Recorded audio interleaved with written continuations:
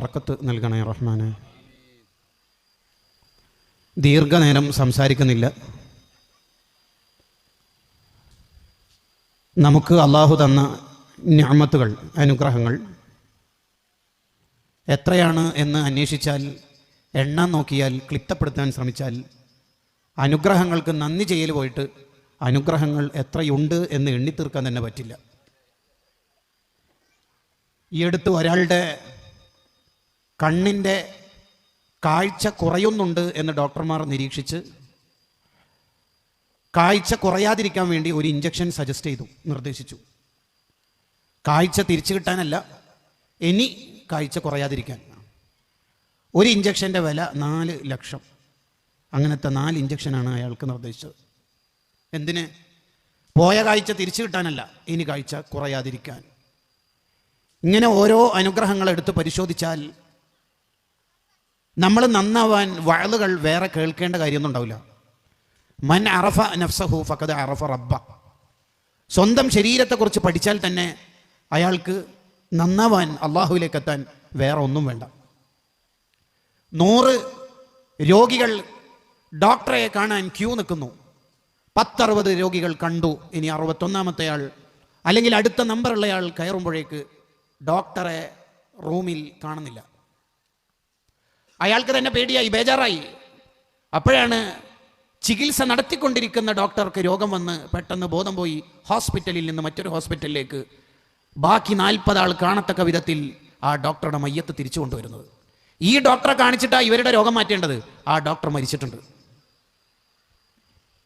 ചുറ്റുവട്ടത്ത് ഇങ്ങനെ പല സംഭവ വികാസങ്ങളും നടക്കുന്നു.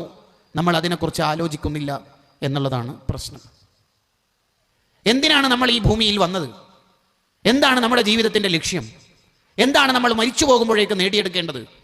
എന്താണ് നമ്മുടെ ജീവിതത്തിൻ്റെ ആകത്തുക? ഈ ദുന്യാവിൻ്റെ ജീവിതമാണോ യഥാർത്ഥ ജീവിതം, അല്ല ആഖിറമാണോ യഥാർത്ഥ ജീവിതം എന്ന തിരിച്ചറിവ് നമുക്കുള്ളത് കൊണ്ടല്ലേ നമ്മൾ മുസ്ലിം മുഅ്മിൻ എന്ന പേരിൽ അറിയപ്പെടുന്നത്. ഒരു മുസ്ലിമിൻ്റെ ഏറ്റവും വലിയ പ്രത്യേകത തന്നെ മരണത്തിന് ശേഷം ജീവിതം ഉണ്ട് എന്ന് വിശ്വസിക്കുന്നു എന്നുള്ളതാണ്. എന്തിനാണ് ലക്ഷക്കണക്കിന് അമ്പിയാക്കൾ ഇവിടെ വന്നത്? മരിച്ചതിന് ശേഷം ഒരു ജീവിതമുണ്ട് എന്ന് ബോധ്യപ്പെടുത്താൻ കൂടിയാണ്. അതുകൊണ്ട് തന്നെ ഏത് ബോംബ് പ്ലാസ്റ്റിക് നടന്നാലും, ഏത് ബില്ല് പാസ്സായാലും, ഏത് പ്രതിസന്ധി വന്നാലും, ഏത് പ്രശ്നങ്ങൾ വന്നാലും മുഅ്മിനിനെ സംബന്ധിച്ചിടത്തോളം യഥാർത്ഥ ജീവിതം ഇവിടെ അല്ല എന്നതുകൊണ്ട് തന്നെ അയാൾക്ക് അയാളുടെ ജീവിതത്തെ മുച്ചൂടും ബാധിക്കുന്ന പ്രശ്നങ്ങളൊന്നും ദുനിയാവിലുണ്ടാവില്ല. നമുക്ക് ഈ ജീവിതത്തിൻ്റെ ലക്ഷ്യമായിട്ട് എന്താണുള്ളത്? എറ്റേണൽ പാരഡൈസായ ശാശ്വതമായ സ്വർഗം, ശാശ്വത സുഖമായ അസ്സഅദത്തുൽ അബദിയ, നിത്യമായ ആനന്ദം കിട്ടുന്ന സ്വർഗം, വിജയം, ഇത് ലഭിക്കുക എന്നുള്ളതാണ് ഈ ജീവിതത്തിൽ നമ്മൾ ചെയ്യേണ്ട പണി. അതിന് ഇവിടെ കുറച്ച് സുഖങ്ങൾ കുറയ്ക്കേണ്ടി വരും. ഹുൽവത്തുദ് ദുനിയ മുറത്തുൽ ആഖിറ. ഇവിടെ രസിച്ച് അടിച്ചു പൊളിച്ച് ജീവിച്ചാൽ മുറത്തുൽ ആഖിറ, ആഖിറത്തിൽ കയ്പ് നീർ അനുഭവിക്കേണ്ടി വരും. മുറത്തുദ് ദുനിയ ഹുൽവത്തുൽ ആഖിറ. ഇവിടുന്ന് കുറച്ച് കഷ്ടപ്പാടുകൾ അനുഭവിച്ചാൽ, ഇവിടുന്ന് കുറച്ച് ത്യാഗങ്ങൾ ഉള്ള ജീവിതം മുന്നോട്ട് കൊണ്ടുപോയാൽ ഹുൽവത്തുൽ ആഖിറ, ആഖിറത്തിൽ മധുരിക്കുന്ന ജീവിതമായിരിക്കും. അതുറപ്പല്ലേ? എങ്ങനെയാ മോളെ എല്ലാ വിഷയത്തിലും A+ കിട്ടിയത്? മധുരിക്കുന്ന വിജയത്തിന്റെ റാങ്ക് നേടിയ ഒരു കുട്ടിയോട് ഇന്റർവ്യൂ നടത്തി നോക്കിയേ. കഷ്ടപ്പാടിന്റെ, ഉറക്കൊഴിവാക്കലിന്റെ, അധ്വാനത്തിന്റെ കഥകൾ ഇന്നലകളിൽ നടന്നത് ആ കുട്ടിക്ക് പറയാനുണ്ടാകും. എങ്ങനെയാ PSC പാസ്സായത്? എങ്ങനെയാ ഡ്രൈവിംഗ് ലൈസൻസ് കിട്ടിയത്? എങ്ങനെയാ ഇന്റർവ്യൂവിന് ജയിച്ചത്? പലരും തോറ്റുപോയതാണല്ലോ എന്ന് ഏത് ഉദ്യോഗാർത്ഥിയോട്, വിജയിച്ച ആളോട് ചോദിച്ചാലും അവർക്ക് കഷ്ടപ്പാടിന്റെ, അധ്വാനത്തിന്റെ കഥയുണ്ടാകും. അപ്പോൾ പിന്നെ ഏറ്റവും വലിയ വിജയമാകുന്ന ആഖിറത്തിലെ വിജയം നേടിയെടുക്കുന്ന ആൾക്കും പറയാനുണ്ടാവില്ലേ കഥ? ഉറക്കൊഴിവാക്കിയ തഹജ്ജുദിന്റെ കഥ ഉണ്ടാവില്ലേ? തണുപ്പുള്ള രാത്രി വുളുവെടുത്ത കഥ പറയാനുണ്ടാവില്ലേ? സർവരും പലിശ കൊണ്ട് അമ്മാനമാടുമ്പോൾ ശുദ്ധ ജീവിതം നയിക്കാൻ കഷ്ടപ്പെട്ട കഥ പറയാനുണ്ടാവില്ലേ? ഉണ്ടാകും. Success is counted sweetest by those who never succeed എന്നൊരു കവിതയിലുണ്ട് എമിലി ഡിക്കൻസന്റെ. PG പഠിച്ച കുട്ടികൾക്ക് MA ലിറ്ററേച്ചറിൽ ചില യൂണിവേഴ്സിറ്റികളിൽ അത് സിലബസിൽ ഉൾപ്പെട്ടിട്ടുണ്ട്. ഒരാളുടെ വിജയമാകുന്നത് എപ്പോഴാണ്? അത് മധുരിക്കുന്ന ജീവിതമാകുന്നത് എപ്പോഴാണ്? കുറെ പരാജയത്തിന്റെ അല്ലെങ്കിൽ അധ്വാനത്തിന്റെ കയ്പ് നീറുകൾ അനുഭവിച്ച് ഒരാൾ വിജയം നേടിയെടുക്കുമ്പോഴാണ് ആ വിജയത്തിന് മധുരം കൂടുതൽ ഉണ്ടാവുന്നത്. ഉറപ്പല്ലേ അത്? അതേ സമയത്ത് അങ്ങനെ ജീവിച്ചാൽ മതി, അങ്ങനെ പോയാൽ മതി, കിട്ടുന്നത് കിട്ടട്ടെ എന്ന വിചാരത്തിലാണെങ്കിൽ നമുക്ക് ആഖിറത്തിൽ വിരലടിക്കേണ്ടി വരും. സയ്യിദന ഉമർ ബിൻ അൽ ഖത്താബ് റളിയല്ലാഹു അൻഹു ഈന്തപ്പന ഓലയിൽ കിടന്നുറങ്ങുന്ന നബി സല്ലല്ലാഹു അലൈഹി വസല്ലം തങ്ങളെ കണ്ടപ്പോൾ കരഞ്ഞുപോയി. എന്താ ഉമറേ കരയണത്? തങ്ങളുടെ ശരീരത്തിൽ പാടുകൾ കാണുമ്പോൾ കരച്ചിൽ വരികയാണ്. ലോകത്തിൻ്റെ നേതാവ് ഈ ഈന്തപ്പന ഓലയിലാണോ കിടക്കേണ്ടത്? കിസ്റയുടെയും കൈസറിൻ്റെയും ഒക്കെ രാജാക്കന്മാർ പട്ടുമെത്തയിൽ കിടക്കുമ്പോൾ തങ്ങളിങ്ങനെ ശരീരത്തിൽ വേദനിക്കും വിധം, ശരീരത്തിൽ അടയാളം വീഴും വിധം ഈ ഓലയിലും മട്ടൽ തലയണൊക്കെ ആയിട്ട് വെച്ചിട്ടാണോ തങ്ങൾ കിടക്കുന്നത് നബിയെ? അതിന് തങ്ങൾ കൊടുത്തൊരു ഉത്തരവുണ്ട്. ആ ഉത്തരവാണ് നമ്മുടെ ജീവിതത്തിൻ്റെ ഉത്തരമാവേണ്ടത്. എന്താണ് ഉത്തരം? ഉമർ ഹും അബ്നാ ഉദ്ദുനിയ, അവർ ദുനിയാവിൻ്റെ മക്കളാണ്. വനഹ്നു അബ്നാ ഉൽ ആഖിറ, നമ്മൾ ആഖിറത്തിൻ്റെ മക്കളാണ്. ദുനിയാവിൻ്റെ മക്കൾ ദുനിയാവിൻ്റെ അടിമകളായി ജീവിക്കും. ആഖിറത്തിൻ്റെ മക്കൾ ആഖിറത്തിലെ വിജയത്തിന് വേണ്ടി പണിയെടുക്കും. അതുകൊണ്ട് നമുക്ക് സുഖവും ആസ്വാദനമൊക്കെ ആഖിറത്തിലെത്തിയിട്ട് പോരെ ഉമറേ എന്നാണ് ചോദ്യത്തിൻ്റെ കാമ്പും കാതലുമായ താല്പര്യം. ഇതാണ് ഒരാളുടെ ജീവിതത്തിൻ്റെ ലക്ഷ്യം എന്ന് പറയുന്നത്. അസ്സഅദത്തുൽ അബദിയ്യ, ശാശ്വതമായ സുഖം, നഷ്ടപ്പെട്ടു പോകാത്ത ആസ്വാദനം. അത് സ്വർഗത്തിലല്ലാതെ വേറെ എവിടെയും കിട്ടാനില്ല. ഇവിടുത്തെ ഏത് സുന്ദരിയും നാളെ കിളവിയാവേണ്ടവളാണ്. ഇന്നുള്ള ഏത് സുഖവും നാളെ നഷ്ടപ്പെട്ടു പോകാനുള്ളതാണ്. ഇവിടെ ഇതെല്ലാം സൈക്ലിക് തിയറികളാണ്. ഇന്നത്തെ വൃദ്ധമാര് മുഴുവനും ഒരു കാലത്ത് സുന്ദരികളായിരുന്നു. ഇതിങ്ങനെ സൈക്ലിക് തിയറി ആയിട്ട് ഇങ്ങനെ പോയിക്കൊണ്ടിരിക്കും. ഇന്ന് കബറിൽ കിടക്കുന്നവർ ഇന്നലകളിൽ വലിയ പ്രമാണിമാരും ഹാജിയാമാരും രാജാക്കന്മാരുമായി ജീവിച്ചവരായിരുന്നു. ഇന്നെവിടെ? 3 കഷ്ണം തുണിയിൽ അവർ നുരമ്പിപ്പോയിട്ടുണ്ട്. ഫറോവ എവിടെ? ഹാമാൻ എവിടെ? കാറൂൻ എവിടെ? അബൂജഹലുമാരെവിടെ? ഒരൊറ്റ മുതലാളിയും ഇവിടെ നിലനിന്നിട്ടില്ല. അപ്പോൾ നമ്മുടെ ദുനിയാവിൻ്റെ ജീവിതം ഈ ചെറിയ കാലം കൊണ്ട് നമ്മൾ ഉണ്ടാക്കിയെടുക്കേണ്ടത് എന്താണ്? ഞാൻ ആമുഖം ദീർഘിപ്പിക്കുന്നില്ല. അത് വിശുദ്ധ ഖുർആൻ നമ്മളോട് ബോധ്യപ്പെടുത്തും വിധം, നമുക്ക് മനസ്സിലാകും വിധത്തിൽ അത് ഖുർആൻ പറയുന്നു. വബ്തഗി ഫീമാ ആതാകല്ലാഹു ദാറൽ ആഖിറ, നിങ്ങൾക്ക് ഞാൻ എന്തൊക്കെ അനുഗ്രഹങ്ങളാണോ നൽകിയത് ആ അനുഗ്രഹങ്ങളെല്ലാം ഉപയോഗിച്ചുകൊണ്ട് നിങ്ങൾ സ്വർഗം വാങ്ങണം. അദ്ദാറൽ ആഖിറ, ആഖിറത്തിൽ വിജയിക്കണം. അനുഗ്രഹം എന്ന് തോന്നുന്ന എന്തെല്ലാം നിങ്ങളുടെ ശരീരത്തിൽ, നിങ്ങളുടെ അധികാരത്തിൽ, നിങ്ങളുടെ സ്വാധീനത്തിൽ, നിങ്ങളുടെ കയ്യിൽ ഉണ്ടോ അത് മുഴുവനും വാങ്ങി, അത് മുഴുവനും ഉപയോഗിച്ചിട്ട് നിങ്ങൾക്ക് 2 ഓപ്ഷൻസ് ഉണ്ട്. ഒന്ന്, നിങ്ങൾക്ക് ആ അനുഗ്രഹം ഉപയോഗിച്ചുകൊണ്ട് നരകം വാങ്ങാം. അതേ അനുഗ്രഹം ഉപയോഗിച്ചുകൊണ്ട് തന്നെ സ്വർഗം വാങ്ങാനും പറ്റും. എന്താണോ നിങ്ങൾക്ക് വേണ്ടതെന്ന് നിങ്ങൾ ക്ലിക്ക് ചെയ്യുക. അൽ കയ്യിസു, ബുദ്ധിമാനായ ആളാണെങ്കിൽ മൻ ദാന നഫ്സഹു വഅമില ലിമാ ബഅദൽ മൗത്ത്, സ്വർഗം വാങ്ങും. 7 അനുഗ്രഹങ്ങളെക്കുറിച്ച് വളരെ കുറഞ്ഞ സമയം കൊണ്ട് സംസാരിച്ച് വിഷയത്തിൻ്റെ ഒരു രത്നച്ചുരുക്കം അവതരിപ്പിക്കാമെന്നാണ് വിചാരിക്കുന്നത്. സ്വീകരിക്കേണ്ടത് അള്ളാഹുവാണ്. നമ്മുടെ കമൻറ്റും നമ്മുടെ ഫീഡ്ബാക്കും കൊണ്ടൊന്നും പ്രത്യേകിച്ച് താല്പര്യങ്ങളോ കാര്യങ്ങളോ ഉണ്ടാവില്ല. അള്ളാഹു കബൂൽ ചെയ്യുമാറാവട്ടെ. ആഖിറത്തിൽ ഉപകാരമുള്ള ഒരു വഅലിൻ്റെ മജ്ലിസായി, നമ്മുടെ തഖ്വ വർദ്ധിക്കുന്ന വഅലിൻ്റെ മജ്ലിസായി, ഒരു തൗബൻ്റെ സദസ്സായി അള്ളാഹു സ്വീകരിക്കുമാറാവട്ടെ. നമുക്ക് നൽകിയ അനുഗ്രഹങ്ങളിൽ ഒന്ന് മാതാപിതാക്കളാണ്.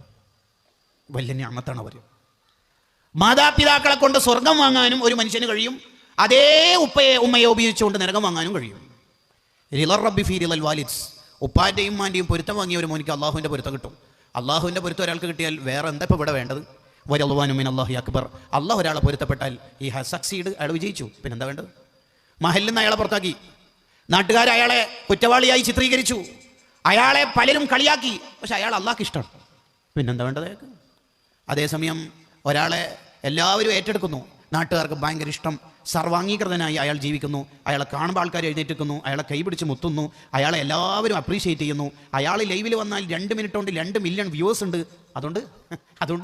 അതുകൊണ്ട് എന്ത് കിട്ടാനാ? അള്ളാഹു ഒരാളെ ഇഷ്ടപ്പെട്ടിട്ടില്ലെങ്കിൽ അതുകൊണ്ട് എന്ത് കിട്ടാനാ? ഒന്നും കിട്ടാനില്ല. അള്ളാഹുവിൻ്റെ പൊരുത്താണ് ഏറ്റവും പ്രധാനം.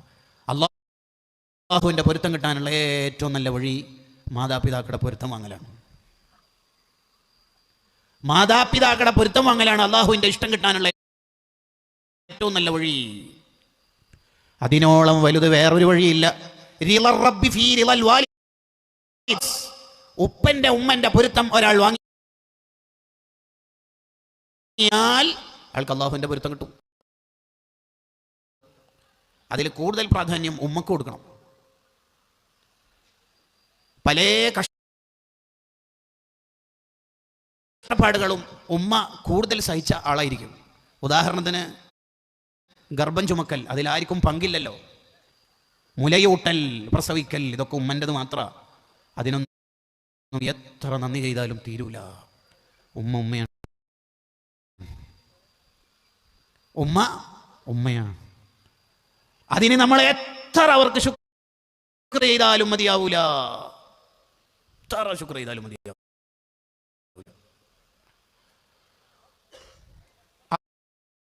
മതിയാവൂല. ഉമ്മ കൂടുതൽ സഹിച്ച ആളായിരിക്കും. ഉദാഹരണത്തിന് ഗർഭം ചുമക്കൽ, അതിലാർക്കും പങ്കില്ലല്ലോ. മുലയൂട്ടൽ, പ്രസവിക്കൽ, ഇതൊക്കെ ഉമ്മൻ്റെത് മാത്ര. ഉമ്മ ഉമ്മയാണ്. അതിന് നമ്മൾ എത്ര അവർക്ക് ശുക്ർ ചെയ്താലും മതിയാവൂല, എത്ര ശുക്ർ ചെയ്താലും മതിയാവൂല.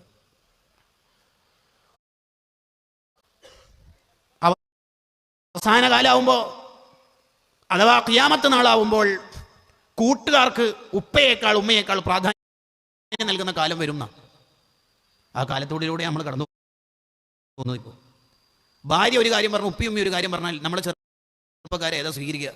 കൂട്ടുകാരനും ഇവനും കൂടി പ്ലാൻ ചെയ്ത ഒരു പിക്നിക്, ഒരു ടൂർ, ഉമ്മ പറഞ്ഞ മോനെ ഇപ്പം പോണം മോനെ എന്ന് പറഞ്ഞാൽ നമ്മൾ എന്ത് സെലക്ട് ചെയ്യും? ഖിയാമത്ത് അടയാളമാണ് ഒരു കാര്യം എന്ന് പറഞ്ഞാൽ അതിന് കുറേ താല്പര്യം ഉണ്ട്. അതിലൊരു താല്പര്യം നമ്മളായിട്ട് ഖിയാമത്ത് നാൾ നേരത്തെ ആക്കണ്ടെന്നാ. നമ്മളിലൂടെ ഖിയാമത്ത് നാളിൻ്റെ അടയാളം വരുത്തിയിട്ട് ഖിയാമത്ത് നാൾ ഉള്ള ഡേറ്റ് ഇങ്ങോട്ടേക്ക് വലിക്കണ്ടെന്ന്. നമ്മൾ മാതാപിതാക്കളുടെ പൊരുത്തം വാങ്ങുന്നവരാവണം.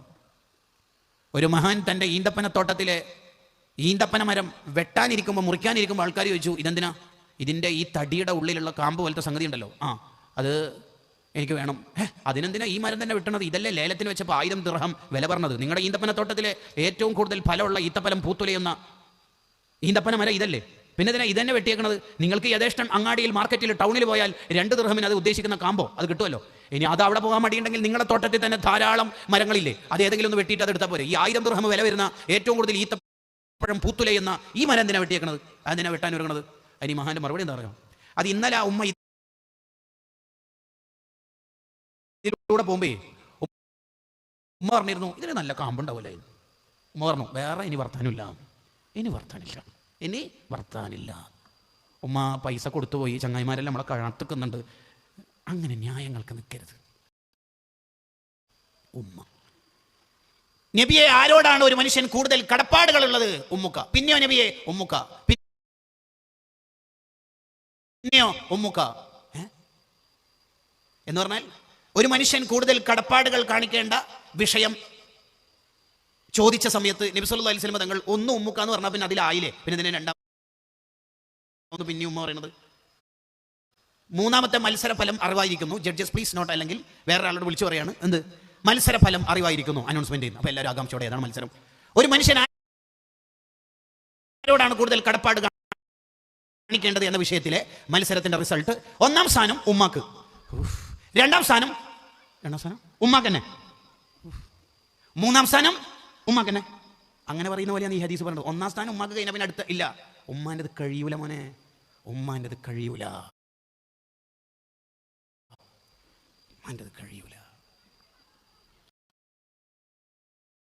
തലയിൽ ചുമന്നിട്ട് ഹജ്ജിന് കൊണ്ടുവന്ന ആൾ മഹാന്മാരോട് ചോദിച്ചല്ലോ, ഞാൻ ഇത്രയും കിലോമീറ്റർ യാത്ര ചെയ്യുമ്പോൾ എൻ്റെ ഉമ്മാക്ക് നടക്കാൻ വയ്യാത്തതുകൊണ്ട് ഈ ചുമന്ന് കൊണ്ടുവരിക, എൻ്റെ ഉമ്മാനോടുള്ള കടപ്പാട് തീരുമോ?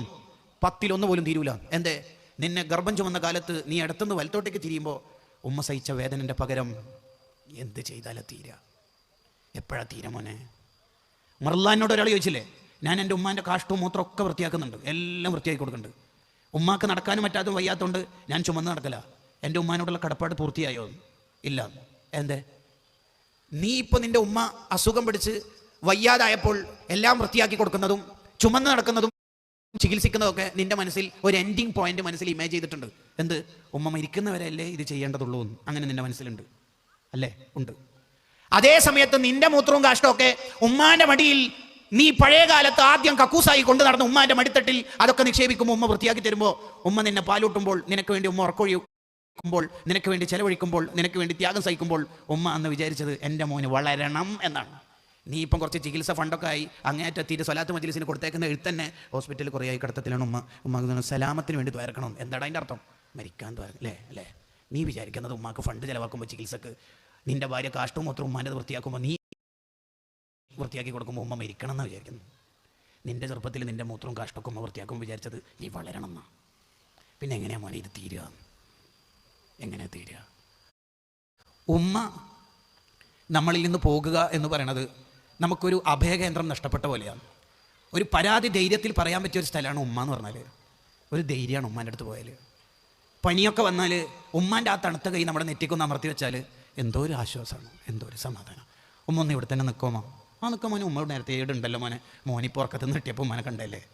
ആ മടിയിലല്ലേ നമ്മൾ കാഷ്ടിച്ചത്, ആ മടിയിലല്ലേ മൂത്രമൊഴിച്ചത്.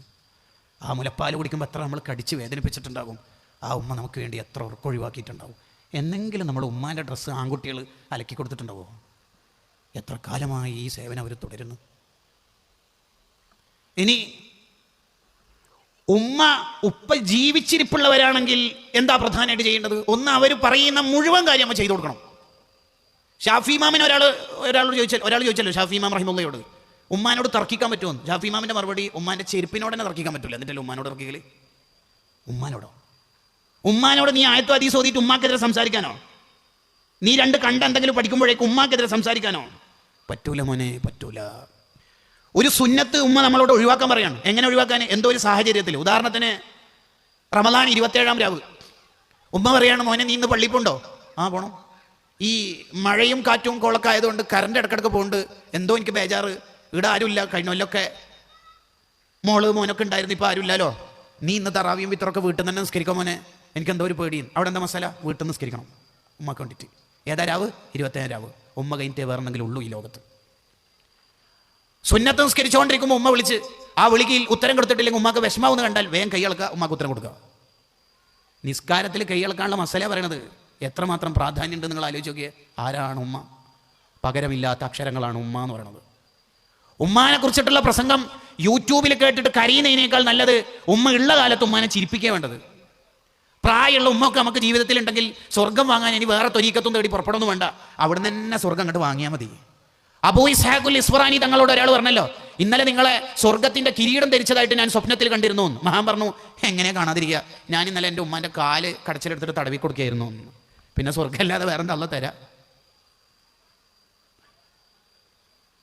അപ്പോൾ ഒന്നാമത് വേണ്ടത് അവരെന്തു പറഞ്ഞാലും നമ്മൾ അനുസരിക്കണം. ഒരു പക്ഷേ നമ്മളെ മനസ്സിൽ അത് വിഷമമുണ്ടാവും, എന്നാലും അത് അനുസരിക്കണം. ആ അനുസരിച്ചതിൻ്റെ ബർക്കത്ത് തുടർ ജീവിതത്തിൽ അള്ളാഹു നൽകും. ആ പെണ്ണിനെ വേണ്ട മോനെ, നിനക്ക് എനിക്കെന്തോ ഒരു ഹൈർ തോന്നില്ല നീ അവിടെ വീടെടുക്കുന്നത്. ഉമ്മ എന്തി പറയുന്നു?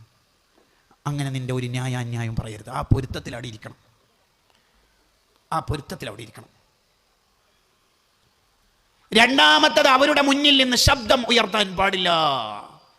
ഒരു മഹാനെ ഉമ്മ വിളിച്ചു, വലിയ ഹദീസ് പണ്ഡിതനാണ് ആ മഹാൻ. എന്താ ഉമ്മ എന്ന് ചോദിച്ചു.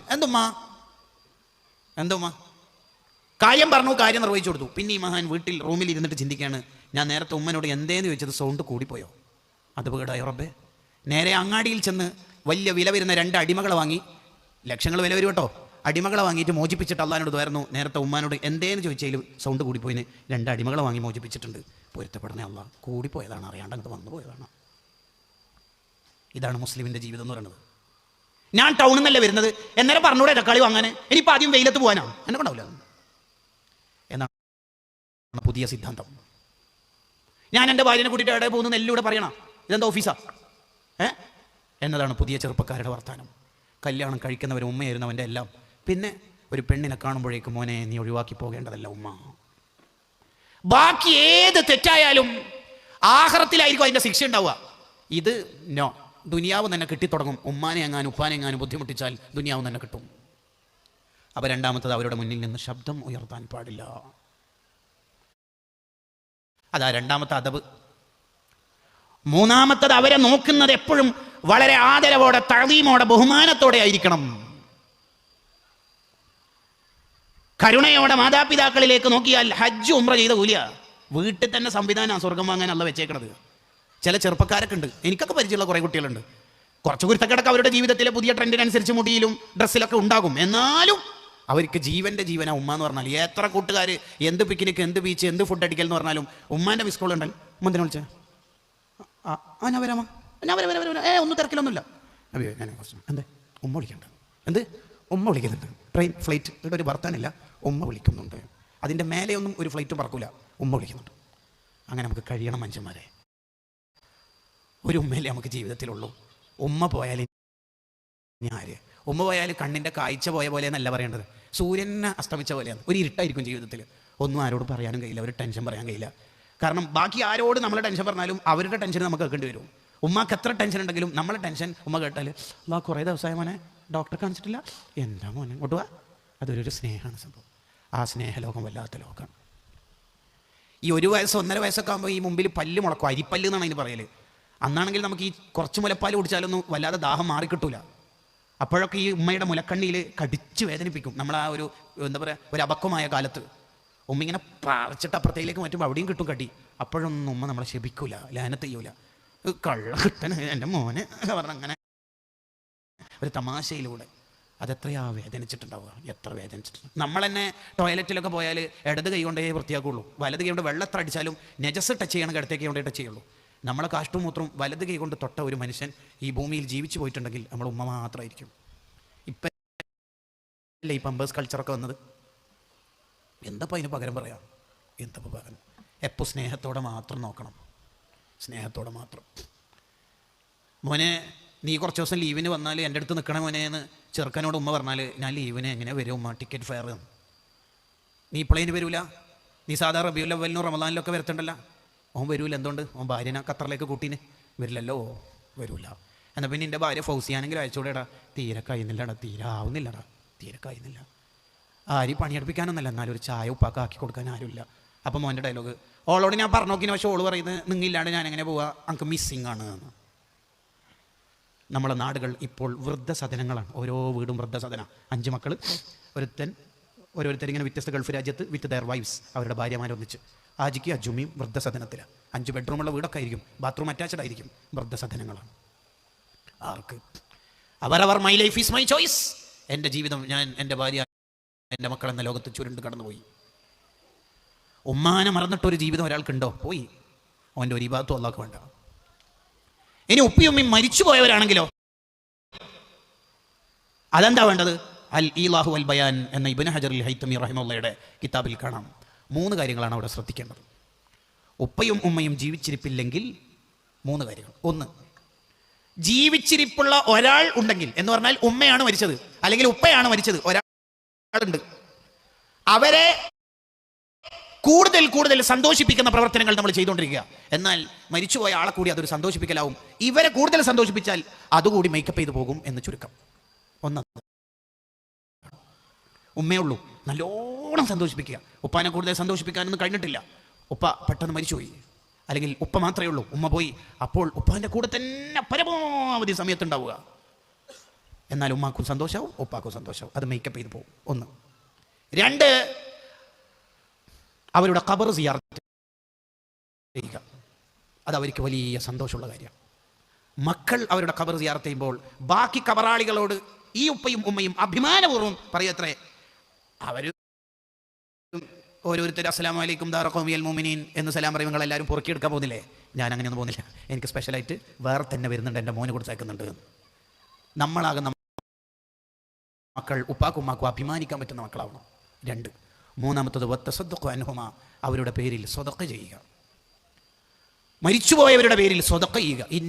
ഇന്ന സ്വദഖത തസിലു ഇലാ മയ്യത്തിൻ ബിലാ ഖിലാഫിൻ ബൈനൽ മുസ്ലിമീൻ.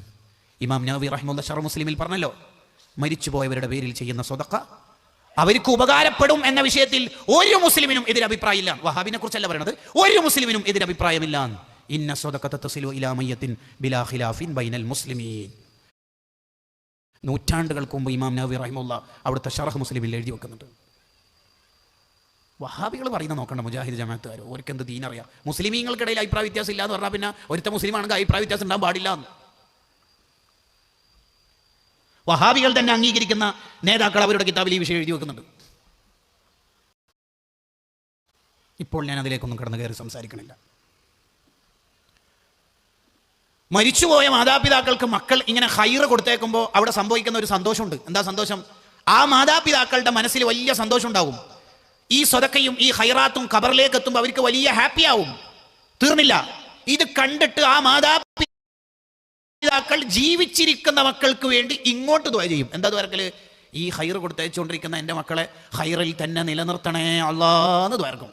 മരിച്ചുപോയവർ ജീവിച്ചിരിപ്പുള്ള മനുഷ്യർക്ക് ഇങ്ങോട്ട് ദ്വാരക്കൊന്ന്. ഇബ്നു റജബുൽ ഹംബലി റഹിമഹുള്ളയുടെ അഹ്വാലുൽ ഖുബൂർ എന്ന ഗ്രന്ഥത്തിൽ വിശദമായി ആ കാര്യം പറയുന്നുണ്ട്. കണ്ടോ, ഇതാണ് മാതാപിതാക്കളോടുള്ള കമ്മിറ്റ്മെന്റ് എന്ന്. തീർന്നിട്ടില്ല. മാതാപിതാക്കളുമായി ബന്ധമുള്ള ആരെല്ലാം ഉണ്ടോ അവരെല്ലാം സ്നേഹിക്കണം, അവരെ മുഴുവനും ബഹുമാനിക്കണം. ഉമ്മയുടെ ജ്യേഷ്ഠത്തിമാർ അഥവാ മൂത്തമ്മമാർ, ഉമ്മയുടെ അനുജത്തിമാർ, ഇളയമ്മമാർ, അവരൊക്കെ ഉമ്മാനെ സ്നേഹിക്കണ പോലെ, ഉമ്മാനെ ബഹുമാനിക്കുന്ന പോലെ നോക്കണം. ആരാതൊക്കെ ചെയ്യണത്?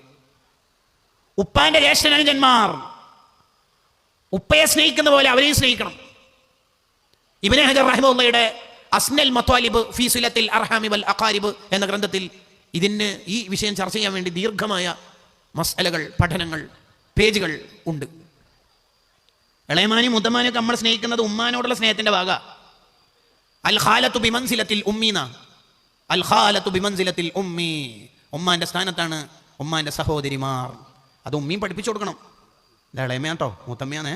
നീ കല്യാണം കഴിച്ചിട്ട് എന്തെങ്കിലുമൊക്കെ ഒരു സാധനമൊക്കെ വാങ്ങിയിട്ട് പോകണം മോനെ. മൂത്തമ്മാൻ്റെ ഒക്കെ സേവനം നിനക്ക് അറിയാത്തോണ്ടല്ലേ. ഉമ്മയും പഠിപ്പിച്ചു കൊടുക്കണത്. ഇതേപോലെ തന്നെ ഉപ്പാന്റെ സുഹൃത്തുക്കളെയും നമ്മൾ പരിഗണിക്കണം. അത് ഉപ്പാനെ സ്നേഹിക്കുന്നതിന്റെ ഭാഗ.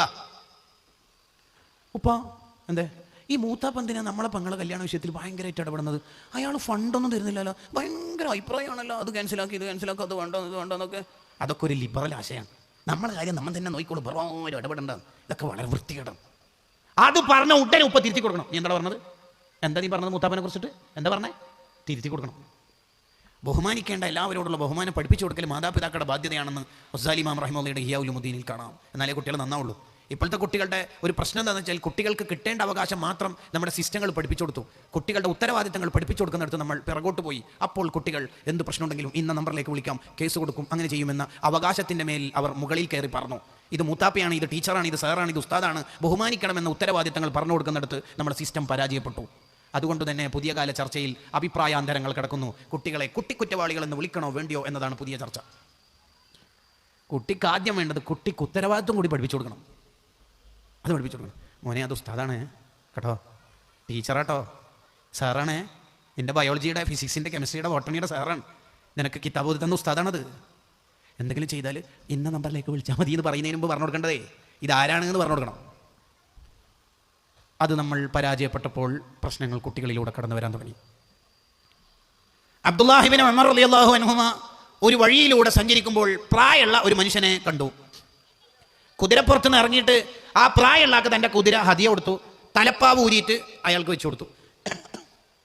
കൂടെയുള്ള ഖാദിമീങ്ങൾ അബ്ദുല്ലാഹി ഇബ്നു ഉമർ റളിയല്ലാഹു അൻഹുമയോട് ചോദിച്ചു, നിങ്ങൾക്ക് ഉസ്താദെ വേറെയും വാഹനങ്ങളുണ്ട്, തലപ്പാവുണ്ട്, ഈ മുന്തിയ തലപ്പാവും മുന്തിയ വാഹനവും തന്നെ അവർക്ക് കൊടുക്കാൻ എന്തെങ്കിലും കാരണമുണ്ടോ? അവർക്ക് എന്തെങ്കിലും പ്രത്യേകത ഉണ്ടോ? ഉണ്ട്. എന്താ പ്രത്യേകത എന്ന് വെച്ചു. വേറൊന്നുമല്ല, അത് എൻ്റെ ഉപ്പ ഉമർ റളിയല്ലാഹു അൻഹുവിൻ്റെ സുഹൃത്താണ്. ഉപ്പാൻ്റെ സുഹൃത്തിനെ ബഹുമാനിക്കൽ ഉപ്പാനെ ബഹുമാനിക്കുന്നതിൻ്റെ ഭാഗമാണ് സയ്യിദുനാ റസൂലുള്ളാഹി സ്വല്ലല്ലാഹു അലൈഹി വസല്ലം. കണ്ടങ്ങൾ, യാ അല്ലാഹ്, കണ്ടങ്ങൾ. ചിലർ ഉപ്പാനെ തീരെ മെയിൻ ചെയ്യൂല, ഉപ്പാനെ പരിഗണിക്കൂല. ഗൾഫിലൊക്കെ പോയി ദീർഘകാലം കഷ്ടപ്പെട്ടുണ്ടാക്കിയ വീടും എല്ലാ സൗകര്യങ്ങളും മക്കളെ കെട്ടിച്ച് എല്ലാം കഴിഞ്ഞ് ഉപ്പ പ്രായമായി. ഇപ്പോൾ ഉപ്പാക്കായിട്ട് സ്വന്തമായി വരുമാന മാർഗങ്ങൾ ഇല്ലെങ്കിൽ ഉപ്പ നിസ്കരിച്ചിട്ട് വരുമ്പോൾ ഉമ്മയും മക്കളും ചർച്ച അവസാനിപ്പിക്കും. ഉപ്പ വരുന്നുണ്ട്, ബാക്കി പിന്നെ ചർച്ച ചെയ്യാമെന്ന്. ആ പാവത്തിന് എത്ര വിഷമമുണ്ടാവില്ലേ? ഉപ്പ പൊതുവെ കരയൂല, ഹൃദയം കൊണ്ട് അങ്ങനെ കരയും. എപ്പോഴെങ്കിലും കണ്ണിൽ വെള്ളം നിറഞ്ഞാലായി. എന്നെ ആർക്കും വേണ്ടാന്ന് തോന്നിപ്പോകുന്നവരാണ് നമ്മുടെ നാട്ടിലെ കൂടുതൽ ഉപ്പമാരും. ആർക്കും വേണ്ടല്ലേ? ഈ ആൺമക്കളൊക്കെ ഒന്ന് കൂടിയിരുത്തിട്ട് ഉപ്പാനോട്, ഉപ്പാക്ക് എന്തോ ഒരു സങ്കടം 2-3 ദിവസമായിട്ട്, എന്തോ കൈമ കാശില്ലാത്തതിൻ്റെ പ്രശ്നം. ഉപ്പാനോട് ഞാൻ പറഞ്ഞിട്ടില്ല, ഉപ്പാക്ക് എന്താ പ്രശ്നം? ഞാൻ ഉപ്പാനോട് ഒരു കാര്യം ചോദിച്ചോട്ടെ, ഉപ്പ എനിക്കൊരു മുത്തം തരും. ശരിക്കും ഉപ്പ കരഞ്ഞു പോകും എന്ന് പറഞ്ഞാൽ കരഞ്ഞു പോകും. എന്നെയൊക്കെ ആർക്കെങ്കിലൊക്കെ വേണമല്ലേ? ഇങ്ങനെ മരിക്കുന്നിടത്ത് മരിക്കട്ടെ എന്ന് ഇങ്ങനെ വിചാരിച്ചിട്ട് ജീവിക്കുന്നവരാ പല ഉപ്പമാരും. കാരണം ക്യാഷ് കയ്യിലില്ലെങ്കിൽ പുതിയ കാലത്ത് കുറച്ച് ബുദ്ധിമുട്ടാണ്. അത്യാവശ്യം ഗൾഫ് ജീവിതം ആസ്വദിച്ച ഭാര്യൻ്റെ അടുത്തും മക്കളുടെ അടുത്തും ജീവിക്കാൻ കുറച്ച് ബുദ്ധിമുട്ടാണ്. ആ ഉപ്പമാരിങ്ങനെ കഷ്ടപ്പെടും. നിസ്കരിക്കുന്ന വരുന്ന ചോറ് കിട്ടിയാലായി എന്ന് ചോദിക്കാനും പറ്റില്ല ഭാര്യനോട്. കാരണം അവൾ മദീനയിലേക്കുള്ള പാതയിലുള്ള ഓൺലൈൻ മജ്ലിസിലായിരിക്കും. ചോദിക്കാനും പറ്റില്ലല്ലോ. കിട്ടിയാൽ അങ്ങോട്ട് തിന്നാ അത്ര തന്നെ, കിട്ടിയാൽ തിന്നാം. ഉമ്മമാരെ, അപകടം പതിയിരിക്കുന്നത് ജാഗ്രതയോടെ കണ്ടിട്ടില്ലെങ്കിൽ വഹും യഹ്സബൂന അന്നഹും യുഹ്സിനൂന സുൻആ, ചെയ്യുന്നത് നന്മയാണ് എന്ന് തോന്നിയാലും അതൊക്കെ നമുക്ക് ആഖിറത്തിൽ വബാലായി, വിപത്തായി വന്നു പോകും. ഉപ്പാനുമ്മാനെ നല്ലോണം പരിഗണിക്കണം എന്നാണ് 7 അനുഗ്രഹങ്ങളിലെ 1-ാം അനുഗ്രഹം പഠിച്ചപ്പോൾ നമുക്ക് മനസ്സിലായത്. അതാണ് ഏറ്റവും പ്രധാനപ്പെട്ട കാര്യം. 2, ഒരു മനുഷ്യന് അള്ളാഹു നൽകിയ 2ാമത്തെ വലിയ അനുഗ്രഹമാണ് സ്വർഗം വാങ്ങാം നരകവും വാങ്ങാം. അതേതാ? സമയം. സമയം കൊണ്ട് സ്വർഗം വാങ്ങിയവരാണ് ഇന്നലകളിൽ ജീവിച്ച ഇമാമുമാർ. ഒരൊറ്റ സമയം കളയാതെ അവർ ജീവിച്ചു. ഒരൊറ്റ സെക്കൻഡും ജീവിതത്തിൽ നഷ്ടപ്പെടാതെ ഓരോ സെക്കൻഡുകളും ആഖിറത്തിൽ അനുകൂല സാക്ഷി നിൽക്കും വിധത്തിൽ അവരുടെ ആലോചനകൾ കൊണ്ട്, രചനകൾ കൊണ്ട് സമയത്തെ സമ്പന്നമാക്കി. സക്കരിയ അൻസാരി റളിയല്ലാഹുവിന്റെ ചരിത്രം എടുത്ത് പരിശോധിച്ച് നോക്കൂ. ഇമാം നവവി റളിയല്ലാഹുവിന്റെ ചരിത്രങ്ങൾ എടുത്ത് പരിശോധിച്ച് നോക്കൂ. അവരുടെ എല്ലാം വലിയ പ്രത്യേകത, ഒരൊറ്റ സമയം അവർ വെറുതെ കളയൂല. ചില ഇമാമിങ്ങളുടെ ചരിത്രം എടുത്ത് പരിശോധിച്ചാൽ നമുക്ക് ബോധ്യപ്പെടുന്ന ഒരു കാര്യം എന്താണെന്നറിയോ? അവർ വഴിയിലൂടെ നടന്നു പോകുമ്പോൾ വരെ കിതാബ് നോക്കൂ. അത്രേ, വഴിയിലൂടെ നടന്നു പോകുമ്പോൾ വരെ കിതാബ് നോക്കൂ. എന്തിന്? ചിലപ്പോൾ പള്ളിയിലെ ജമാഅത്തിലേക്കായിരിക്കും വരുന്നത്, എന്നാലും കിതാബ് നോക്കും. ആ സമയം നഷ്ടപ്പെടണ്ടെന്ന് കരുതിയിട്ട്. അങ്ങനെ നടന്നു പോകുമ്പോൾ, കിതാബ് നോക്കി നടന്നു പോകുമ്പോൾ കുഴിയിൽ വീണ് പരിക്കേൽക്കുകയും പിറ്റേ ദിവസം തന്നെ മരിക്കുകയും ചെയ്ത മഹാന്മാരുണ്ട്. നമുക്കും അങ്ങനെ ചാൻസ് ഉണ്ട്. മൊബൈൽ നോക്കി നടന്നാൽ മതി, വല്ല ടാങ്കിലും വീണ് മരിച്ചോളും. ഒരൊറ്റ സമയം വെറുതെ കളയാത്ത മഹാന്മാർ, ഒരു സമയം നഷ്ടപ്പെടുത്താത്ത മഹാന്മാർ. അതാ ഇമാം ഷാഫിഈ റളിയല്ലാഹു അൻഹു പറഞ്ഞത്, അദ്ദുനിയ സഅ ഫജഅൽഹാ ത്വഅ. മോനെ, ദുനിയാവ് എന്ന് പറഞ്ഞാൽ തന്നെ സമയ, അത് നീ നഷ്ടപ്പെടുത്തരുത്. അതിനെ മുഴുവനും നീ ഇബാദത്താക്കി മാറ്റണം. നിങ്ങൾ വെറുതെ ആലോചിച്ച് നോക്കിയേ, ഇന്ന് സുബഹിന് നമ്മളും നമ്മുടെ ഉപ്പയും എഴുന്നേറ്റത്, ഉദാഹരണം പറയാം, 5 മണിക്കാണെന്ന് വിചാരിക്കുക. ഉദാഹരണമാണ് കേട്ടോ. ഇപ്പോൾ സമയം എത്രയായി? എത്ര മണിക്കൂർ കഴിഞ്ഞു? അടുത്ത ദിവസത്തെ 5 മണി ആവുമ്പോഴേക്ക്, 24 മണിക്കൂർ ആവുമ്പോഴേക്ക് ഉപ്പയുടെ സിംഹഭാഗവും ഉമ്മയുടെ ഭൂരിപക്ഷ സമയവും ഇബാദത്താക്കി മാറ്റിയിട്ട് അക്കൗണ്ട് നിറച്ചിട്ടുണ്ടാവും. നമ്മൾ പ്രധാനമായും ചെയ്ത ഒരു കാര്യം, വാട്സപ്പിൽ എല്ലാവരുടെയും സ്റ്റാറ്റസ് 3-4 തവണ നോക്കി. 1. 2, ഞാൻ ഇട്ട സ്റ്റാറ്റസ് ആരൊക്കെ നോക്കി. 2, നമുക്ക് എന്തിൻ്റെ സൂക്കടാണ് ശരിക്കും? എന്തിൻ്റെ സൂക്കടാണ്? 500 കൊല്ലം അള്ളാഹ് ആയുസ് തന്നെന്ന് വിചാരിക്കുക. പിന്നെ അള്ളാഹ് വിചാരിച്ചു ഒരു 500 കൂടി കൊടുത്തേക്കാം, 1000 കൊടുത്ത്. ഈ 1000 കൊല്ലം യൂട്യൂബിൽ ഫുൾ വീഡിയോസ് കണ്ടു തീർക്കാമെന്ന് വിചാരിച്ചാൽ തീരോ? ഇല്ല, ഇനിയും വീഡിയോസ് ബാക്കിയുണ്ടാവും. 2 ആൾ നടന്നു പോകുന്നു, ഒരാൾ കുഴിയിൽ വീണ്, 4 ആൾ ചിരിക്കുന്നു. ഇതൊക്കെ തന്നെ ഇതിലുണ്ടാവുള്ളൂ. ഇത് കണ്ടു തീർത്ത് കാലം കൊല്ലലല്ല കൂട്ടുകാരെ നമ്മുടെ ജീവിതം. അല്ല, ഇപ്പൊ ഒരു 18ാമത്തെ വയസ്സിൽ വല്ല അപകടത്തിൽ ഒരു ചെറുക്കൻ, ഒരു പെൺകുട്ടി മരിച്ചുപോയി എന്ന് വിചാരിക്കുക. തീർന്നല്ലോ കാലം. ഇനി ഒരു സുബ്ഹാനല്ലാഹ് കഴിയോ? ഇല്ല, തീർന്നില്ലേ? തീർന്നു. ആഖിറത്തിലെത്തിയ ഈ കുട്ടി എന്താ വായിക്കൽ? ഏട് വായിക്കും. 18ാം വയസ്സിലാണ് മരിച്ചേക്കണത്. അതറിയാലോ. 15ാം വയസ്സിൽ പ്രായപൂർത്തിയായിട്ടുണ്ട്. യെസ്, 3 കൊല്ലമാണ് ജീവിതത്തിൽ കർമ്മങ്ങൾ എഴുതപ്പെടുന്ന കാലമായി ജീവിച്ചത്. 3 കൊല്ലം കൊണ്ട് ചെയ്തു തീർത്ത കാര്യങ്ങൾ അത് വായിക്കും. 3,48,236 വീഡിയോസ് യൂട്യൂബ് റീൽസ് വഴി കണ്ടു. 1. വേറെന്താ നമ്മുടെ ചെക്കന്മാർ വായിക്കുക? എന്തപ്പോൾ വായിക്കുക? ഒരാൾ ബൂട്ട് കെട്ടുന്നത്, വേറെ ആൾ ബൂട്ട് അഴിക്കുന്നത്. ആരുടെങ്കിലും ബൂട്ടിൻ്റെ ഇടയിൽ പണയം വെക്കാനുള്ളതാണോ നമ്മുടെ തലച്ചോറ്? ആണോ? അല്ല. ആണോ? അല്ല, അല്ല. നമ്മുടെ സമയം ഇങ്ങനെ വെറുതെ കളയാ. ഇന്നത്തെ ഈ പരിപാടിയും കഴിഞ്ഞാൽ നമ്മൾ എത്ര മണിക്ക് ഉറങ്ങും? എത്ര മണിക്ക് ഉറങ്ങും? അതേ തമാശാക്കല്ലേ, 2 GB ബാക്കിയുണ്ട്, വെറുതെ പോയാൽ നഷ്ടമല്ലേ? എന്ത് ജീവിക്കാണോ പ്രാധാന്യം? ആയുസ്സിനാണോ പ്രാധാന്യം? ആണോ? ഒരു സുബ്ഹാനല്ലാഹ് ചൊല്ലിയാൽ അയാൾക്ക് സ്വർഗത്തിൽ മരം ഓഫർ ചെയ്യപ്പെട്ടിട്ടുണ്ട്. ഒരു സുബ്ഹാനല്ലാഹ് എത്ര സമയം വേണം? എത്ര വേണം? ആകെ 2 സെക്കൻഡുകൾ വേണം. സുബ്ഹാനല്ലാഹ്. സ്വർഗത്തിൽ ഒരു മരം ഓഫർ ചെയ്യപ്പെട്ട ദിക്റാണത്. ഇത് വിശദീകരിച്ചുകൊണ്ട് മഹാന്മാർ പറയാം, നിന്നോടൊരു ഹാജിയാര്, ഒരു പണക്കാരൻ പറയാണ്, കൊറോണയിലൂടെ ജോലി മിസ്സായതിനു ശേഷം നിനക്കൊരു ജോലി ക്ലിക്കായിട്ടില്ലല്ലേ? ഇല്ല. എന്നൊരു കാര്യം ചെയ്യുക, ഞാൻ വലിയൊരു ഗാർഡൻ ഉണ്ടാക്കുന്നുണ്ട്, നീ അത് ഓരോ ചെടി നടുന്നതിന് 500 രൂപ തരാം. ശരിക്കാണോ പറയണത്? ഒരു ചെടി നട്ട 500 രൂപ കറക്റ്റ്? തള്ളാണോ? കൊള്ളാൻ പറ്റുന്നതാണോ? എന്ത് തള്ളു? 500 തരുമോനെ? ഒരു ചെടി നട്ട 500 രൂപയാണ്. കറക്റ്റാണോ പറയണത്? അതെ. അങ്ങനെയാണെങ്കിൽ നീ ആ ടാർഗറ്റ് അച്ചീവ് ചെയ്യാൻ വേണ്ടി ഇടയിൽ വരുന്ന ചായ വേണമെന്ന് വെച്ചാൽ നീ എന്താ പറയും? വേണ്ട. നാസ്ത വേണ്ട. ഉറങ്ങ വേണ്ട. ഈ ഉറക്കിനെയും ചായയെയും കടിയെയും ഫുഡിനെയൊക്കെ ഒഴിവാക്കിയിട്ട് നീ മുഴു സമയം ഓരോ ചെടിക്കും 500 കിട്ടാനുള്ള ടാർഗറ്റ് അച്ചീവ് ചെയ്യാൻ വേണ്ടി നീ പണിയെടുക്കൂലേ? യെസ്. എങ്കിൽ ഒരു സുബ്ഹാനല്ലാഹ് ചൊല്ലിയാൽ സ്വർഗത്തിൽ ഒരു മരം കിട്ടുമെന്ന നബി തങ്ങളുടെ പ്രഖ്യാപനത്തിൽ നിനക്കെന്താ വിശ്വാസമില്ലാത്തത്? ഇമ്മത്തിൻ്റെ ചോദ്യം. ഒരാളുടെ സ്റ്റാറ്റസ് നോക്കുമ്പോഴേക്ക് ഏകദേശം ഒരു 30 സുബ്ഹാനല്ലാഹ്. ഇപ്പോൾ വാട്സപ്പ് സ്റ്റാറ്റസിന് ദീർഘായുസ് കിട്ടിയതുകൊണ്ട് 1 മിനിറ്റിലേക്ക് നീണ്ടിട്ടുണ്ട്. സോ ഒരു 30 സുബ്ഹാനല്ലാഹ്. 30 സ്വർഗീയ മരങ്ങൾ വാങ്ങാം. സ്വർഗത്തിൽ മരം കിട്ടുമെന്ന് പറഞ്ഞാൽ നരകത്തിൽ കടത്തിയിട്ട് മരത്തുനിന്ന് മാങ്ങിയും ചക്കിയും കൊടുത്തേക്കലല്ല. ഈമാനോടെ മരിച്ചിട്ട് സ്വർഗത്തിൽ എത്തുന്നു കൂടിയാണ് അതിൻ്റെ താല്പര്യം. എന്തിനാണ് നമ്മൾ സമയം കളയുന്നത്? അതാണ് അബൂബക്കർ ബിൻ അയ്യാശ് റളിയല്ലാഹു അൻഹു ചോദിച്ചൊരു ചോദ്യമുണ്ട് കിതാബുകളിൽ. എന്താ ചോദ്യം എന്നറിയോ? അബൂബക്കർ ബിൻ അയ്യാശ് റളിയല്ലാഹു അൻഹു ചോദിക്കുകയാണ്, നിന്റെ പണം നഷ്ടപ്പെട്ടാൽ നിനക്കതിൽ ടെൻഷൻ ഉണ്ടാവില്ലേ? യെസ്. നിന്റെ സമയം നഷ്ടപ്പെട്ടതിൽ നിനക്കെന്താ ടെൻഷൻ ഇല്ലാത്തത്? ഈ വാളിൻ്റെ മജ്ലിസിൽ ഒരാളുടെ 500ൻ്റെ 10 500-ൻ്റെ കെട്ടായ 5000 രൂപ നഷ്ടപ്പെട്ടു. അയാൾ ഏറ്റവും അവസാനത്തിലായിരിക്കും ഇവിടുന്ന് പോവുക. കുറേ നേരം പരുതും. വാട്സപ്പിലൊക്കെ ഇട്ട് ഒരാളുടെ മോശമല്ലാത്തൊരു സംഖ്യ നഷ്ടപ്പെട്ടു പോയിട്ടുണ്ട്, കളഞ്ഞു കിട്ടുന്നവർ ഇന്ന നമ്പറിൽ കോൺടാക്ട് ചെയ്യുക. ഉസ്താദ് സമാധാനിപ്പിച്ചു. ഖാന ഫാത്തമ പോയത് പോയി, ഇനി അള്ളാഹു നടുവിട്ടേക്ക്. ഉസ്താദ് അങ്ങനെ പറഞ്ഞാൽ പിന്നെ ഞാനെന്ത് പറയാനോ സാർ, ഞാനും എൻ്റെ മനസ്സിൽ തൊട്ട് 3 ദിവസം കഴിഞ്ഞിട്ട് നമ്മുടെ മഹല്ല് ഗ്രൂപ്പിൽ അതൊരു ഫോർവേഡ് മെസ്സേജ്, ഒരു ക്യാഷ് കളഞ്ഞു കിട്ടിയിട്ടുണ്ട്, കോൺടാക്ട് ചെയ്യുക.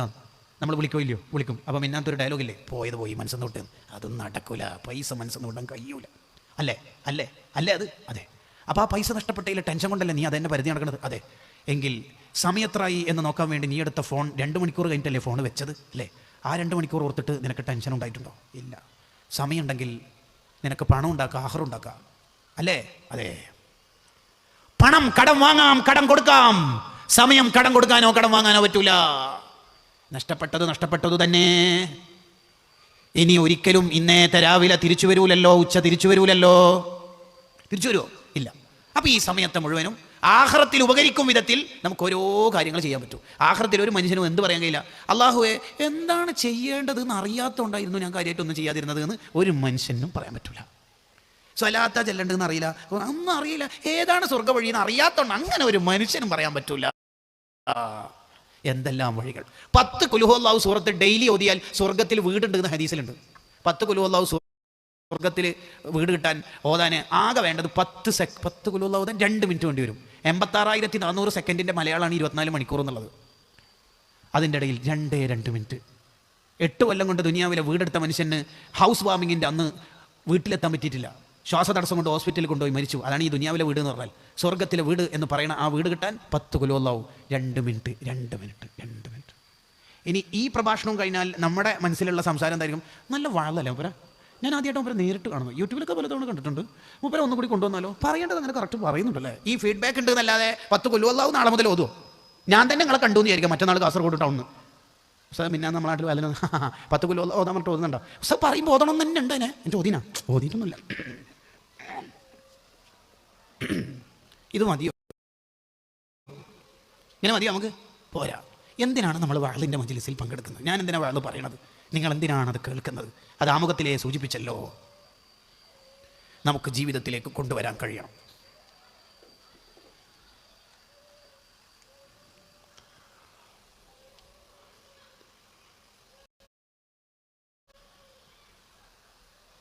അപ്പൊ സമയം കൊണ്ട് സ്വർഗം കിട്ടുന്നവരുണ്ട്, അതേ സമയം കൊണ്ട് നരകം വാങ്ങി കാലം തീർക്കുന്ന മനുഷ്യരും ഉണ്ട്. അതേ സമയം കൊണ്ട് തന്നെ നരകം വാങ്ങുന്ന മനുഷ്യന്മാരില്ലേ? എല്ലാ രാത്രിയും ഹറാമിന്റെ ലോകത്ത് കൈവെള്ളയിൽ മൾട്ടിമീഡിയ സംവിധാനങ്ങൾ ഉപയോഗിച്ച് എല്ലാ രാത്രിയും തെറ്റുകുറ്റങ്ങൾ ചെയ്യുന്ന മോനെ, ഒരു ഹറാം സ്ഥിരം ചെയ്യുമ്പോൾ, അല്ലെങ്കിൽ ഒരു കാര്യം ഹറാമാണെന്ന് പറഞ്ഞിട്ടത് സ്ഥിരം ചെയ്താൽ അവൻ ഫാസിഖായി പോകും എന്ന് കിതാബുകൾ എഴുതി വെച്ചില്ലേ? ഫാസിഖായ മോൻ, ഫാസിഖായ ഉപ്പ ഇങ്ങനെ താമസിക്കുന്ന ഒരു വീട്ടിൽ എങ്ങനെയാ ബർക്കത്തുണ്ടാവുക?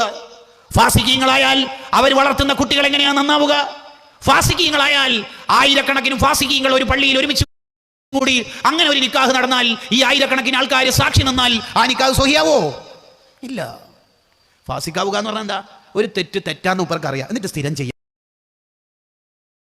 എല്ലാ ദിവസവും രാത്രി ഹറാമുകളിൽ ഫോണിൽ ജീവിക്കുന്ന മനുഷ്യർ തെറ്റ് ചെയ്യുമ്പോൾ വൽ ഇസ്റാറു അലൈഹ, തെറ്റ് സ്ഥിരം ചെയ്യുന്നത് ഫിസ്ഖല്ലേ, ഫാസിഖാവുന്ന പരിപാടിയല്ലേ?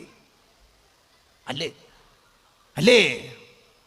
അതുകൊണ്ട് നമ്മളുടെ ജീവിതത്തിൽ സമയം കളയൂല എന്ന് തീരുമാനിക്കണം. അത് വേറെ ആരുമല്ല തീരുമാനിക്കേണ്ടത്, നമ്മൾ എന്നാ തീരുമാനിക്കേണ്ടത്? സമയം കളയൂല എന്ന് തീരുമാനിക്കുക. അതിനൊരു ഉദാഹരണം പറയാം. നമ്മളെല്ലാവരും കൂടി ഒരു ബോട്ടിലോ കപ്പലിലോ യാത്ര ചെയ്തു. ഈ നാട്ടിലുള്ള എല്ലാവരും കൂടി പെട്ടെന്ന് കര എത്തുന്നതിൻ്റെ തൊട്ടു മുമ്പ് കപ്പൽ തകർന്നുപോയ കപ്പലിലെ ഓരോ മരക്കഷ്ണവും മറ്റോ കള്ളിപ്പിടിച്ച് ഒരുവിധം ഏകദേശം ആളും കരയിലേക്ക് എത്തി എന്നാണ് വിചാരിച്ചത്. എണ്ണി നോക്കുമ്പോൾ പേടി, ആരെങ്കിലും മിസ്സായോ. ടോട്ടൽ 80 ആൾക്കാരുണ്ടായിരുന്നു. അങ്ങനെ അവസാനത്തെ ആളും വന്നപ്പോൾ അൽഹംദുലില്ലാഹ് 80 ആളും രക്ഷപ്പെട്ടിട്ടുണ്ട് എന്ന് കണ്ടു. അപ്പോഴാണ് ആ നാട്ടിലുള്ള കുറച്ച് മനുഷ്യന്മാർ വന്നിട്ട്, എന്താ കാര്യം ഇവിടെ? കപ്പൽ തകർന്നുപോയി, പെട്ടുപോയതാണ്, ഇവിടെ അല്ല ശരിക്കും നമ്മൾ ലക്ഷ്യം വെച്ചിരുന്നത്. അതൊന്നും പറഞ്ഞിട്ട് കാര്യമില്ല, ഈ നാട് നമ്മളേതാണ്, ഇവിടെ നിൽക്കാൻ പറ്റില്ല എന്ന്. അല്ല, നമ്മുടെ കപ്പൽ തന്നെ തകർന്നു പോയല്ലോ, എന്താ ചെയ്യേണ്ടതെന്ന് രാജാവിനോട് പറയാം എന്ന് പറഞ്ഞിട്ട് നാട്ടുരാജാവിൻ്റെ അടുത്തേക്ക് നമ്മളെ 80 ആളെയും കൊണ്ടുപോയി. അയാൾ പറഞ്ഞു, നിങ്ങൾ പറഞ്ഞതനുസരിച്ച് വിശ്വാസം എനിക്ക് വന്നിട്ടുണ്ട്, നാളെ രാവിലെ 6 മണി വരെ ഇവിടെ താമസിക്കാൻ പെർമിഷൻ ഉണ്ട്. നിങ്ങൾക്ക് നിർദ്ദിഷ്ട സ്ഥലത്തേക്ക് ലക്ഷ്യസ്ഥാനത്തേക്ക് പോകാനുള്ള വാഹനം സെറ്റാണ്. നിങ്ങൾക്ക് പോകാം. 6 മണിക്ക് ഇവിടെ നിന്ന് പോയിരിക്കണം. അതിന് മുമ്പും പോകാം. 6 മണീൻ്റെ ശേഷം ഇവിടെ ഉണ്ടാവരുതെന്നാണ് നിർബന്ധം.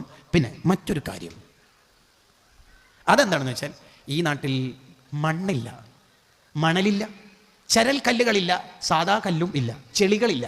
ഈ നാട് നിങ്ങൾക്ക് ഈ രാത്രി ആയതുകൊണ്ടാണ് മനസ്സിലാവാത്തത്. നിങ്ങൾ ചുറ്റുവട്ടത്ത് നോക്കിയാൽ ഈ നാട്ടിൽ ഏറെക്കുറെ ഉള്ളത് സ്വർണം, വെള്ളി, മുത്ത്, പവിഴം, മരതകം ഇത്യാദിയുള്ള വെരി പ്രീഷ്യസായ അമൂല്യമായ വസ്തുക്കളാണ്. ഇത് തുടരുതെന്നോ എടുക്കരുതെന്നോ ആണ് ഞാൻ പറയുന്നത് എന്ന് നിങ്ങൾക്ക് തോന്നുന്നുണ്ടാവും എൻ്റെ സംസാരത്തിൻ്റെ സ്റ്റൈൽ നോക്കുമ്പോൾ. അല്ല, നിങ്ങൾക്ക് എടുക്കാം.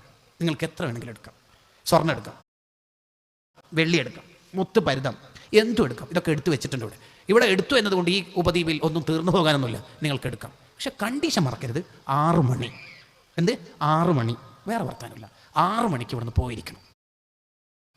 വേറൊരു കണ്ടീഷനും ഇല്ല. നിങ്ങൾക്ക് ഉറങ്ങാം, എടുക്കാം, എന്തും ചെയ്യും. അങ്ങനെയാണെങ്കിൽ നമ്മുടെ കൂട്ടത്തിലെ 80 പേരിൽ 3 വിഭാഗം ഉണ്ടാവും. നമ്മളെ കൂട്ടത്തിൽ 3 വിഭാഗം ഉണ്ടാവും. ഒന്നാമത്തെ വിഭാഗം ഉറങ്ങൂല. 80 ഉപ്മാവ് അനുവദിച്ചിട്ടുണ്ട്. പിന്നെ ചായയും ബിസ്ക്കറ്റും അത്രയൊക്കെ തന്നെ അവർക്ക് തരാൻ പറ്റുള്ളൂ. നമ്മളവരുടെ അതിഥികളൊന്നുമല്ലല്ലോ, ഒരു അഭയാർത്ഥി ടീമല്ലേ. അതുകൊണ്ട് ജീവൻ നിലനിർത്താനുള്ള ഫുഡ്. അപ്പോഴും ഒന്നാമത്തെ വിഭാഗം ഉറങ്ങാത്ത ആ ടീം ചായ വേണ്ട, കടി വേണ്ട, ഒന്നും വേണ്ട. അവരിങ്ങനെ മുത്ത് പുറക്കിയെടുക്കുന്നു, സ്വർണം പറിച്ചെടുക്കുന്നു, വെള്ളി എടുക്കുന്നു, മരതകം ഇങ്ങനെ ചാക്കായി നിറച്ച് ഒരു 5-6 താക്ക് നിങ്ങൾക്ക് കണ്ണെല്ലാം ചോർച്ചലെടുത്തിട്ട് ഓൾറെഡി യാത്രയിലെ ക്ഷീണം. പിന്നെ ഇന്ന് രാത്രി ഉറങ്ങാത്ത 6 മണിക്ക് പോകണം. സമയം നോക്കുമ്പോൾ 5:35 നോക്കുമ്പോൾ അലാറം വന്ന് 6 മണിയായിട്ടുണ്ട്. 6 മണി. അപ്പോഴാണ് ഇവരുടെ കപ്പലിൽ ആ ലഗേജ് വെക്കേണ്ട സ്ഥലത്ത് സ്വർണം, വെള്ളി, മുത്ത്, മരതകം, പവിഴം നിറച്ച് വെച്ചിട്ടുണ്ട്. സന്തോഷം. രണ്ടാമത്തെ ഒരു ടീം ഉണ്ടാവും. അവർ ഈ ഭയങ്കര സയൻറ്റിഫിക് റൂട്ടിൽ ജീവിക്കുന്നവരാണ്. ശരീരത്തിനോടും കുറച്ച് കടപ്പാടുണ്ട്. കുറച്ചൊക്കെ തിന്നണം, കുറച്ച് ഉറങ്ങണം. നന്ന കഷ്ടപ്പെട്ട് പറക്കിയെടുക്കാനൊന്നും ആരും നിർദ്ദേശിച്ചിട്ടില്ല എന്ന അർത്ഥത്തിൽ ജീവിക്കുന്നവരുണ്ടാവും. അങ്ങനെ അവരെന്താണെന്ന് വെച്ചാൽ 2 കഷ്ണം സ്വർണ്ണം എടുത്ത്, ഒരു മുത്തും എടുത്ത്, പിന്നെ ചെറിയ ഗീസിലെ ടോട്ടൽ ഓരോ ഐറ്റം എടുത്തിട്ട് 6 ഇട്ടിട്ട് കുറച്ച് ഉറങ്ങി. 6 മണിയായിട്ടോ. മൂന്നാമത്തെ ഒരു ടീം ഉണ്ടാവും. അടിച്ചുപൊളിയാണ് ജീവിതം. Life for enjoy. Degree final ഇയറാണ്. ജീവിതം ഒരു ബീച്ചിൽ ആസ്വദിക്കാൻ പറ്റുന്ന ഉപദ്വീപിലെത്തിയിട്ട് എന്ത് സ്വർണം, എന്ത് വെള്ളി, അങ്ങനെ കുറേ സെൽഫി എടുത്ത് മറ്റേ ഇരുട്ടിൽ അങ്ങനെ എല്ലാം എടുത്ത് ഭയങ്കര സംഭവമാക്കി അങ്ങനെ ജീവിക്കും. കുറച്ച് ഉറങ്ങണം എന്നൊക്കെ വിചാരിച്ചിട്ട് ഉറക്കമില്ല. നോക്കുമ്പോൾ 6 മണി. ഈ മൂന്ന് ടീമും കപ്പലിൽ കയറാണ്. ഒന്നാമത്തെ ടീമിന് സന്തോഷത്തിൻ്റെ കണ്ണുനീർ. ഓരോന്നും എത്ര ലോഡാണ് കയറ്റിയിട്ടുള്ളത്. രണ്ടാമത്തെ ടീമിന് ഉണ്ട്, കീശ നോക്കുമ്പോൾ ഉണ്ട് സംഭവം, പക്ഷേ കുറച്ചും കൂടി. മൂന്നാമത്തെ ടീമിന് മരണ ടെൻഷൻ. എനിക്ക് എന്തായി പറയും. ഇതുപോലെയാണ് ദുനിയാവിലെ മനുഷ്യന്മാരിൽ 3 ടീം. ഒന്നാമത്തെ ടീം സൂഫിയാക്കളാണ്, ഔലിയാക്കളാണ്. അവർ കുറക്കില്ല, തീറ്റില്ല, കുടിയില്ല. അവർ ഇബാദത്ത് എന്ന് പറഞ്ഞ ഇബാദത്ത്, ഫർനിസ്കാരം, സ്വർണം, സുന്നത്ത്, വെള്ളി, ഉപ്പാനിമാര്, പൊരുത്തമംഗൽ, മരതകം, അങ്ങനെ സുന്നത്തസ്കാരം, സുന്നത്തോമ്പ്, സുന്നത്തയമ്പ്ര, സുന്നത്തയ സിയാർത്ത്, സ്വലാത്ത്, ദിക്ർ, അങ്ങനെ ലാസ്റ്റ് 6 മണിയാകുമ്പോൾ അഥവാ ഇസ്രായേൽ വന്നിട്ട് വിളിക്കുമ്പോൾ ഉജൂഹു യൗമൈദിൻ നാഇമ, അവരുടെ മുഖം ഭയങ്കര പ്രകാശമായിരിക്കും. ബിക്കോസ് ലിസഇഹാ റാളിയ, അവർ പണിയെടുക്കേണ്ട കാലത്ത് പണിയെടുത്തുണ്ട്. അൽഹംദുലില്ലാഹ് ജസാഅൻ ബിമാ കാനൂ യഅമലൂൻ. ചെക്കന്മാർ പണിയെടുത്തിട്ടുണ്ട് കേട്ടോ. ഒന്നാമത്തെ ടീം. രണ്ടാമത്തെ ടീം ഫർള് മാത്രം നിസ്കരിച്ചിട്ട് സിദ്ധാന്തങ്ങളിലൂടെ ജീവിക്കുന്നവർ ഉണ്ട്. അങ്ങനെ ഉറക്കോയിനി ഭാഗത്ത് ചെയ്യാന്നുള്ള പറഞ്ഞിട്ടില്ലല്ലോ, കുറച്ചൊക്കെ കുടുംബം അടിച്ചുപൊളി. അങ്ങനത്തെ ടീം. അവർക്കൊരു ടെൻഷൻ പോലെ കുറച്ചും കൂടി ഭാഗത്ത് ചെയ്യാനുണ്ടായിട്ടല്ലേ. മൂന്നാമത്തെ ടീം അടിച്ചുപൊളി ടീം. റമദാൻ തീർന്നല്ലേ, ഞാനൊരു കത്ത് തീർക്കണമെന്നല്ല വിചാരിച്ചേ, പക്ഷെ അങ്ങനെ തീർന്നു. ലാസ്റ്റത്തെ 10 എന്തു പോക്ക പോയതല്ലേ, 6 മണി. അങ്ങനെ ഇനിയും നമുക്ക് ഈ ഉദാഹരണത്തെ, ഇത് ഞാൻ ഉണ്ടാക്കിയ ഉദാഹരണമോ എനിക്ക് കണ്ടെത്താൻ പറ്റുന്ന ഉദാഹരണമൊന്നുമല്ല. ഇത് ഇബ്നു ഖുദാമ റളിയല്ലാഹു അൻഹു അവിടുത്തെ കിതാബിൽ എഴുതി വെച്ച ഉദാഹരണം നമ്മളെ നാട്ടുഭാഷയാക്കി ഉദാഹരിച്ചു എന്ന് മാത്രം. മഹാന്മാർ പറഞ്ഞത് മാത്രം. നമുക്ക് നമ്മളെ സമയത്ത് കൃത്യമായിട്ട് ഉപയോഗിക്കാൻ പറ്റണം. വെറുതെ സമയങ്ങളുടെ കാലം തീർക്കരുത്. ആ മൊബൈലൊക്കെ ഒന്ന് മാറ്റി വെക്കാൻ മനുഷ്യന്മാർ. എന്നിട്ടിങ്ങനെ 33 സുബ്ഹാനല്ലാഹ് ഉറങ്ങാൻ നേരത്ത് അൽഹംദുലില്ലാഹ് 33, അല്ലാഹു അക്ബർ 34, ഒന്നിന് 10 കൂലി. ഇത് ടോട്ടൽ 100ആയി. 100 × 10 1000 കൂലി. നന്മൻ്റെ ഏടിൽ എല്ലാ ദിവസവും അക്കൗണ്ട് ക്ലോസ് ചെയ്യുമ്പോൾ 1000 വരുമാനമുള്ള ഒരു മനുഷ്യൻ എങ്ങനെ ആഖിറത്തിൽ പരാജയപ്പെടുക? എങ്ങനെ പരാജയപ്പെടുക? സ്വഹാബത്തിനോട് നബി സല്ലല്ലാഹു അലൈഹി വസല്ലം പറയണ്ടല്ലോ, എല്ലാ ദിവസവും 1000 കൂലി വാങ്ങിക്കൂടെ? എല്ലാ ദിവസവും 1000. അതെങ്ങനെ നബി? 100 തസ്ബീഹ് മതിയല്ലേ? നിസ്കാര ശേഷം ആരെങ്കിലുമൊക്കെ എണീച്ച് പോകുന്ന പോലെ എണീച്ച് പോകാതെ ആടി ഇരുന്നിട്ട് 33 സുബ്ഹാനല്ലാഹ്, 33 അൽഹംദുലില്ലാഹ്, 33 അല്ലാഹു അക്ബർ, 100 പൂർത്തിയാക്കാനുള്ള ലാ ഇലാഹ ഇല്ലല്ലാഹു വഹ്ദഹു ലാ ശരീക ലഹ് എന്ന് തുടങ്ങുന്ന ദിക്റൊക്കെ ചൊല്ലുക. അങ്ങനെ 5 വക്ത് നിസ്കാര ശേഷവും ചൊല്ലിയാൽ 5000 ആയി. ഉറങ്ങാൻ നേരത്തുള്ളത് 100 × 10,000 പ്ലസ് 5000, 6000 ആയി. എല്ലാ ദിവസവും 6000 വരുമാനം നന്മൻ്റെ പുസ്തകത്തിലുള്ള ഒരു മനുഷ്യൻ എങ്ങനെയാണ് ആഖിറത്തിൽ, അഥവാ എത്ര തെറ്റ് ചെയ്തു പോയാൽ തന്നെ ഡെയിലി 6000 വരുമാനമുള്ള ഒരു മനുഷ്യൻ എങ്ങനെ തോറ്റുപോവുക? തോറ്റുപോകുക. വമൻ യഅമൽ മിസ്കാല ദർറത്തിൻ ഖൈറൻ യറ. അത് കാണൂലേ ആഖിറത്തിൽ നമുക്ക്. അവിടെ സമയം കളയരുത്. ഈ പ്രായമുള്ള മനുഷ്യന്മാർക്ക് എത്രയാ ഖുർആൻ ഓതുന്നത്, എത്രയാ ഓതുന്നത്? അപ്പം രണ്ടാമത്തത് സമയം. 3, സ്വർഗം വാങ്ങാനും നരകം വാങ്ങാനും പറ്റിയ അനുഗ്രഹങ്ങളിൽ മൂന്നാമത്തത് മക്കളാണ്. മക്കളെ കൊണ്ട് സ്വർഗം വാങ്ങാനും പറ്റും, നരകം വാങ്ങാനും പറ്റും. അഹഫിള അം ലയ്യ.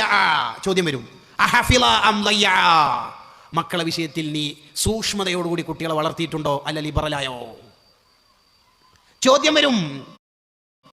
കുട്ടികളോട് കരുണ കാണിക്കുക എന്ന് പറഞ്ഞാൽ കുട്ടികളെ തെറ്റുകുറ്റങ്ങൾ ചെയ്യാൻ അനുവദിച്ചു കൊടുക്കലും ചെയ്ത തെറ്റ് കണ്ടില്ലെന്ന് നടിക്കലും കുട്ടികളല്ലേ എന്ന് വിചാരിക്കലും അല്ല. പിന്നെ കുട്ടികളോട് കരുണ കാണിക്കുക എന്ന് പറഞ്ഞാൽ കുട്ടിയെ നരകത്തിൽ നിന്ന് രക്ഷപ്പെടുത്താനുള്ള പണിയെടുക്കുക എന്നാണ് അതിൻ്റെ അർത്ഥം. താൽക്കാലികമായ സുഖത്തിന് വിട്ടിട്ട് കുട്ടികളല്ലേ കുറച്ചൊക്കെ ഉറങ്ങിക്കോട്ടെ, നിസ്കാരം ചെയ്യും, നിസ്കരിക്കാല എന്ന് വിചാരിക്കല്ല മോനെ വേണ്ടത്. ഫഅന്നാരിൽ ആഖിറത്തി ഔലാ. ദുനിയാവിൽ എൻ്റെ മോനിക്ക് പൊള്ളലേൽക്കരുത്, തീയേൽക്കരുത് എന്ന് വിചാരിക്കുന്നില്ലേ നീ? ഉണ്ടല്ലോ. എന്നാൽ ഈ ദുനിയാവിലുള്ള തീയേക്കാൾ എത്രയോ ഇരട്ടിയുള്ള നരകതി എൻ്റെ മോനിക്കും മോൾക്കുണ്ടാവരുത് എന്ന നിർബന്ധം നിനക്കുണ്ടാവണം. അപ്പോൾ കുട്ടികളെ നിസ്കാരത്തിന് വിളിക്കണം.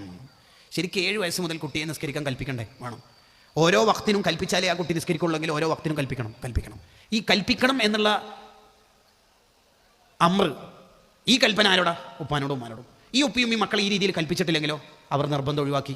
തർക്കുൽ വാജിബി, നിർബന്ധം ഒഴിവാക്കിയാൽ മഅസിയത്തുൻ, അത് ഹറാമാണ്. അപ്പോൾ സ്ഥിരം ഹറാം ചെയ്യുമ്പോൾ ഈ ഉപ്പിയുമ്മിയും ഫാസിക്കങ്ങളായി തീരും. നമ്മുടെ നാട്ടിലുള്ള ഉപ്പാൻ്റെ ഉമ്മാൻ്റെ കഥകൾ ആലോചിച്ച് നോക്കിയേ. എത്ര ഉപ്പിയുമ്മിയും 7 വയസ്സ് മുതൽ കറക്റ്റ് കുട്ടികളെ നിസ്കരിപ്പിക്കുന്നവർ ഈ കാലത്തുണ്ട്. നമ്മൾ ആലോചിച്ചു. മദ്രസയിൽ പോകാത്ത ദിവസമാണെങ്കിൽ ചെറിയ പിള്ളേരുണ്ടാവില്ല, 8, 9, 8ാം ക്ലാസ് അല്ല, 8 വയസ്സ് 9 വയസ്സൊക്കെ ഉള്ള ആ കുട്ടികൾ വെള്ളിയാഴ്ച അല്ലേ മദ്രസയില്ലാത്തില്ല കുറച്ച് ഉറങ്ങിക്കൊണ്ട് സ്കൂളിൽ വരും. ആരാ പറയണത്? നിങ്ങൾ ആലോചിച്ച് നോക്കിയേ. ഇതാണോ കുട്ടികളോടുള്ള സ്നേഹം എന്ന് പറഞ്ഞാൽ? മല്ലം യർഹം സഗീറന, കുട്ടികളോട് കരുണ കാണിക്കാത്തവൻ എന്നിൽപ്പെട്ടവനല്ല എന്ന് പറഞ്ഞാൽ അതിൻ്റെ അർത്ഥം കുട്ടിയെ ഹറാമ ചെയ്തോട്ടെ അല്ലെങ്കിൽ നിസ്കരിക്കാതെ ഉറങ്ങിക്കോട്ടെ എന്ന് ചിന്തിക്കലാണോ? അല്ല, കുട്ടിയെ നരകത്തു നിന്ന് രക്ഷപ്പെടുത്താനുള്ള പണിയെടുക്കലാണ് കുട്ടിയോട് കരുണ എന്ന് ഇമാം മഖ്ദൂം റളിയല്ലാഹു അൻഹു ഈ ഹദീസ് വിശദീകരിച്ച് അവിടുത്തെ ശർഹ് മുഖ്തസരി ശുഅബുൽ ഈമാൻ എന്ന കിതാബിൽ എഴുതി വെക്കുന്നുണ്ട്. നമ്മളെ മക്കളെ വളർത്തുമ്പോൾ പ്രധാനമായും ശ്രദ്ധിക്കേണ്ട 4-5 കാര്യങ്ങളെ എണ്ണി പറയാം. 1, കുട്ടികളുടെ കൂട്ടുകാർ നല്ല കൂട്ടുകാരായിരിക്കണം. അപ്പോൾ എൻ്റെ മോനെ എൻ്റെ മോള് പോകുന്ന ക്യാമ്പസ് ഏതാണ് എന്ന് നമ്മൾ കൺഫേം ചെയ്യണം. അവിടെ ഇന്ന ക്വാളിറ്റി ഉണ്ട്, ഇന്നതുണ്ട് എന്ന് പറയുന്നതിലപ്പുറത്ത് എൻ്റെ മോൻ അവിടെ പോയാൽ അവൻ്റെ ആഖിറം നഷ്ടപ്പെടുവോ? എൻ്റെ മോൾ അവിടെ എത്തിയാൽ അവൾക്ക് നിസ്കരിക്കാൻ തന്നെ സൗകര്യമില്ലാത്ത ക്യാമ്പസാണോ? അതാ ചിന്തിക്കേണ്ടത്. വേറെ ഭൗതികമായ വേറെ ഒന്നുമല്ല ഉഖ്റവിയായ ആലോചനയുള്ള ഉപ്പയുമ്മയും ചിന്തിക്കേണ്ടത്. അങ്ങനെ ആലോചിക്കേണ്ടത്. അപ്പോൾ ഒന്നാമത്തെ കാര്യം സിയാനതുഹു അൻ ഖുറനാഇ സൂ, മോശം കൂട്ടുകാരിൽ നിന്ന് കുട്ടികളെ രക്ഷപ്പെടുത്തണം. ഇതാണ് ഒന്നാമത് ശ്രദ്ധിക്കേണ്ടതെന്ന് ഇമാം ഗസാലി റഹിമഹുല്ലാഹി ഇഹ്യാ ഉലൂമുദ്ദീനിൽ കാണാം. ഒന്നതാ.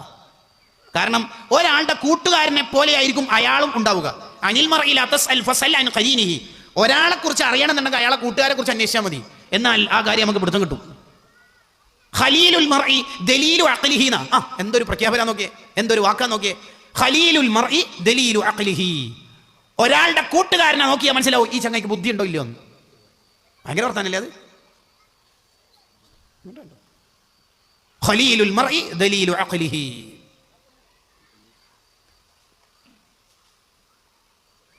ഒരാളുടെ കൂട്ടുകാരനെ നോക്കിയാൽ മനസ്സിലാവും ഈ ചങ്ങായിക്ക് ബുദ്ധിയുണ്ടോ ഇല്ലയോ. ബുദ്ധിയുള്ള ആള് ആഖിറത്തിൽ വിജയിക്കാൻ ആ അനിവാര്യമായി കൂടെ നിൽക്കുന്ന കൂട്ടുകാരെ മാത്രമേ സെലക്ട് ചെയ്യുള്ളൂ. ബുദ്ധിയില്ലാത്ത ആള് താൽക്കാലികമായ സുഖത്തിന് കൂടെ നിൽക്കുന്ന എല്ലാ തെറ്റുകുറ്റങ്ങളും പഠിപ്പിച്ചിരുന്ന ആളെ കൂട്ടുകാരാക്കി മാറ്റും. അത്തരത്തിലുള്ള മനുഷ്യന്മാർ ആഖിറത്തിലെത്തിയാൽ വിരൽ കടിച്ചിട്ട് ടെൻഷനായിട്ട് പറയും അത്രേ, യാ ലൈതനി ലം അത്തഖദ് ഫുലാനൻ ഖലീല. ഈ ചങ്ങയെ സുഹൃത്താക്കിയത് കൊണ്ടാണ് എൻ്റെ ജീവിതം തന്നെ നഷ്ടപ്പെട്ടു പോയത്. എന്തിൻ്റെ എല്ലാം പേരിൽ ബെസ്റ്റിയും ലവറും അങ്ങനെ പല കഥകളും പറഞ്ഞിട്ട് ഇവൻ ഈ ലവർ എന്ന് പറഞ്ഞിട്ട് നടന്നിട്ട് എന്തെല്ലാം തെറ്റാ എന്നെ പഠിപ്പിച്ചത്. യാ ലൈതനി ലം അത്തഖദ് ഫുലാനൻ ഖലീല. ഇയാളെ കൂട്ടുകാരനാക്കിയത് കൊണ്ടാണ് എൻ്റെ ജീവിതം നശിച്ചു പോയത്. ഓ പൊന്നുമോളെ ചിന്തിക്കണം. ഒരു കണ്ണടിയുടെയോ മിസ്സടിയുടെയോ ജീവിതം ഹോമിക്കപ്പെടാനുള്ളതല്ല ക്യാമ്പസ് കാലം എന്ന് പറയുന്നത്. ആരെങ്കിലും എന്തെങ്കിലും പറഞ്ഞ് നിന്നെ രസിപ്പിക്കുമ്പോൾ, നിന്റെ അഴക്, നിന്റെ ഭംഗി, നിന്റെ എല്ലാം എനിക്ക് ഇഷ്ടമാണെന്നുള്ള ലവ് അഫെയറിന്റെ വർത്തമാനങ്ങൾ പറയുമ്പോൾ പെട്ടുപോയാൽ വിരൽ കടിച്ചിട്ട് ആഖിറത്തിൽ ടെൻഷൻ പറയും, യാ ലൈതനി ലം അത്തഖദ് ഫുലാനൻ ഖലീല.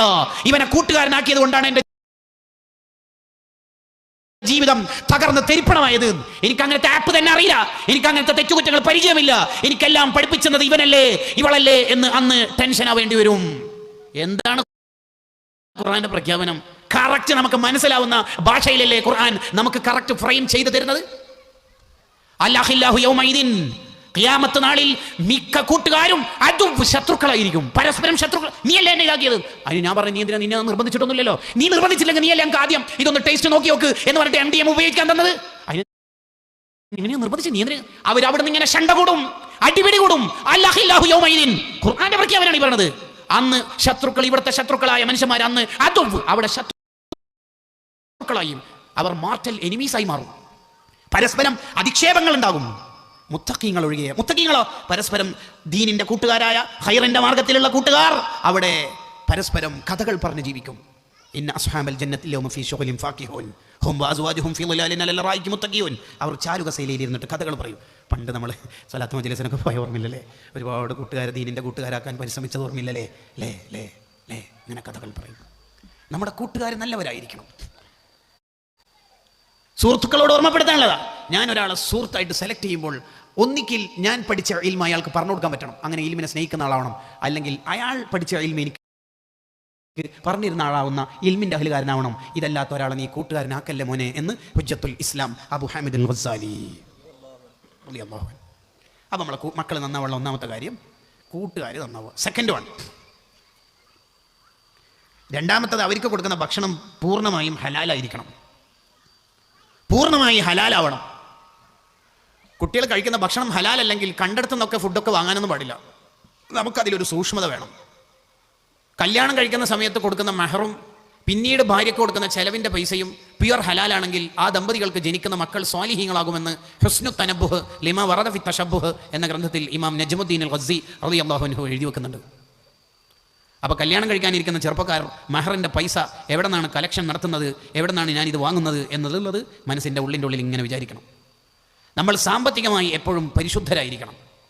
പലിശ ഒരാളുടെ ജീവിതത്തിൽ ഉണ്ടെങ്കിൽ അയാൾ ഈമാനില്ലാതെ മരിക്കാനുള്ള സാധ്യത കൂടുതലാണ്. കാരണം അള്ളാഹു യുദ്ധം പ്രഖ്യാപിച്ച ഒരു ടീമാണ് പലിശക്കാർ. അള്ളാഹ് ഒരു തെറ്റിനെതിരെ യുദ്ധം പ്രഖ്യാപിച്ചിട്ടുണ്ടെങ്കിൽ ആ തെറ്റുകാർ ഈമാനില്ലാതെ മരിക്കുമെന്നാണ് അതിൻ്റെ താല്പര്യമെന്ന് അഇമ്മത്ത് അവരുടെ ഗ്രന്ഥങ്ങളിൽ, ഇബ്നു ഹജർ തങ്ങൾ അവിടുത്തെ ഫതാവുൽ ഹദീസിയയിൽ, ദഖീറത്തുൽ ഖൈറിൽ, അങ്ങനെ കുറേ ഇമാമുമാർ അവരുടെ ഗ്രന്ഥങ്ങളിൽ എഴുതി വെക്കുന്നുണ്ട്.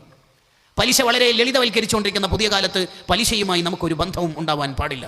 പലിശയിലൂടെയുള്ള ഒരു ദിർഹം 30 വ്യഭിചാരത്തിനേക്കാൾ കടുപ്പമാണ് എന്ന് നമ്മളോട് പഠിപ്പിച്ചു തന്നത് നമ്മൾ അതിൽ നിന്ന് മാറി നിൽക്കാനാണ്.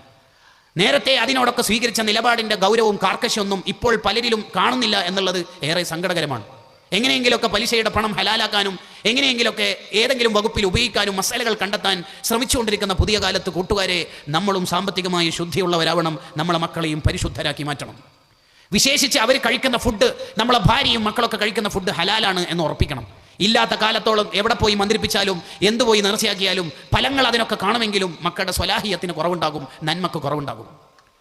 ഇമാം ഗസാലി റഹിമഹുല്ലയുടെ പ്രധാനപ്പെട്ട ഉസ്താദാണ് ഹറമൈനി ഇമാം റഹിമഹുല്ല.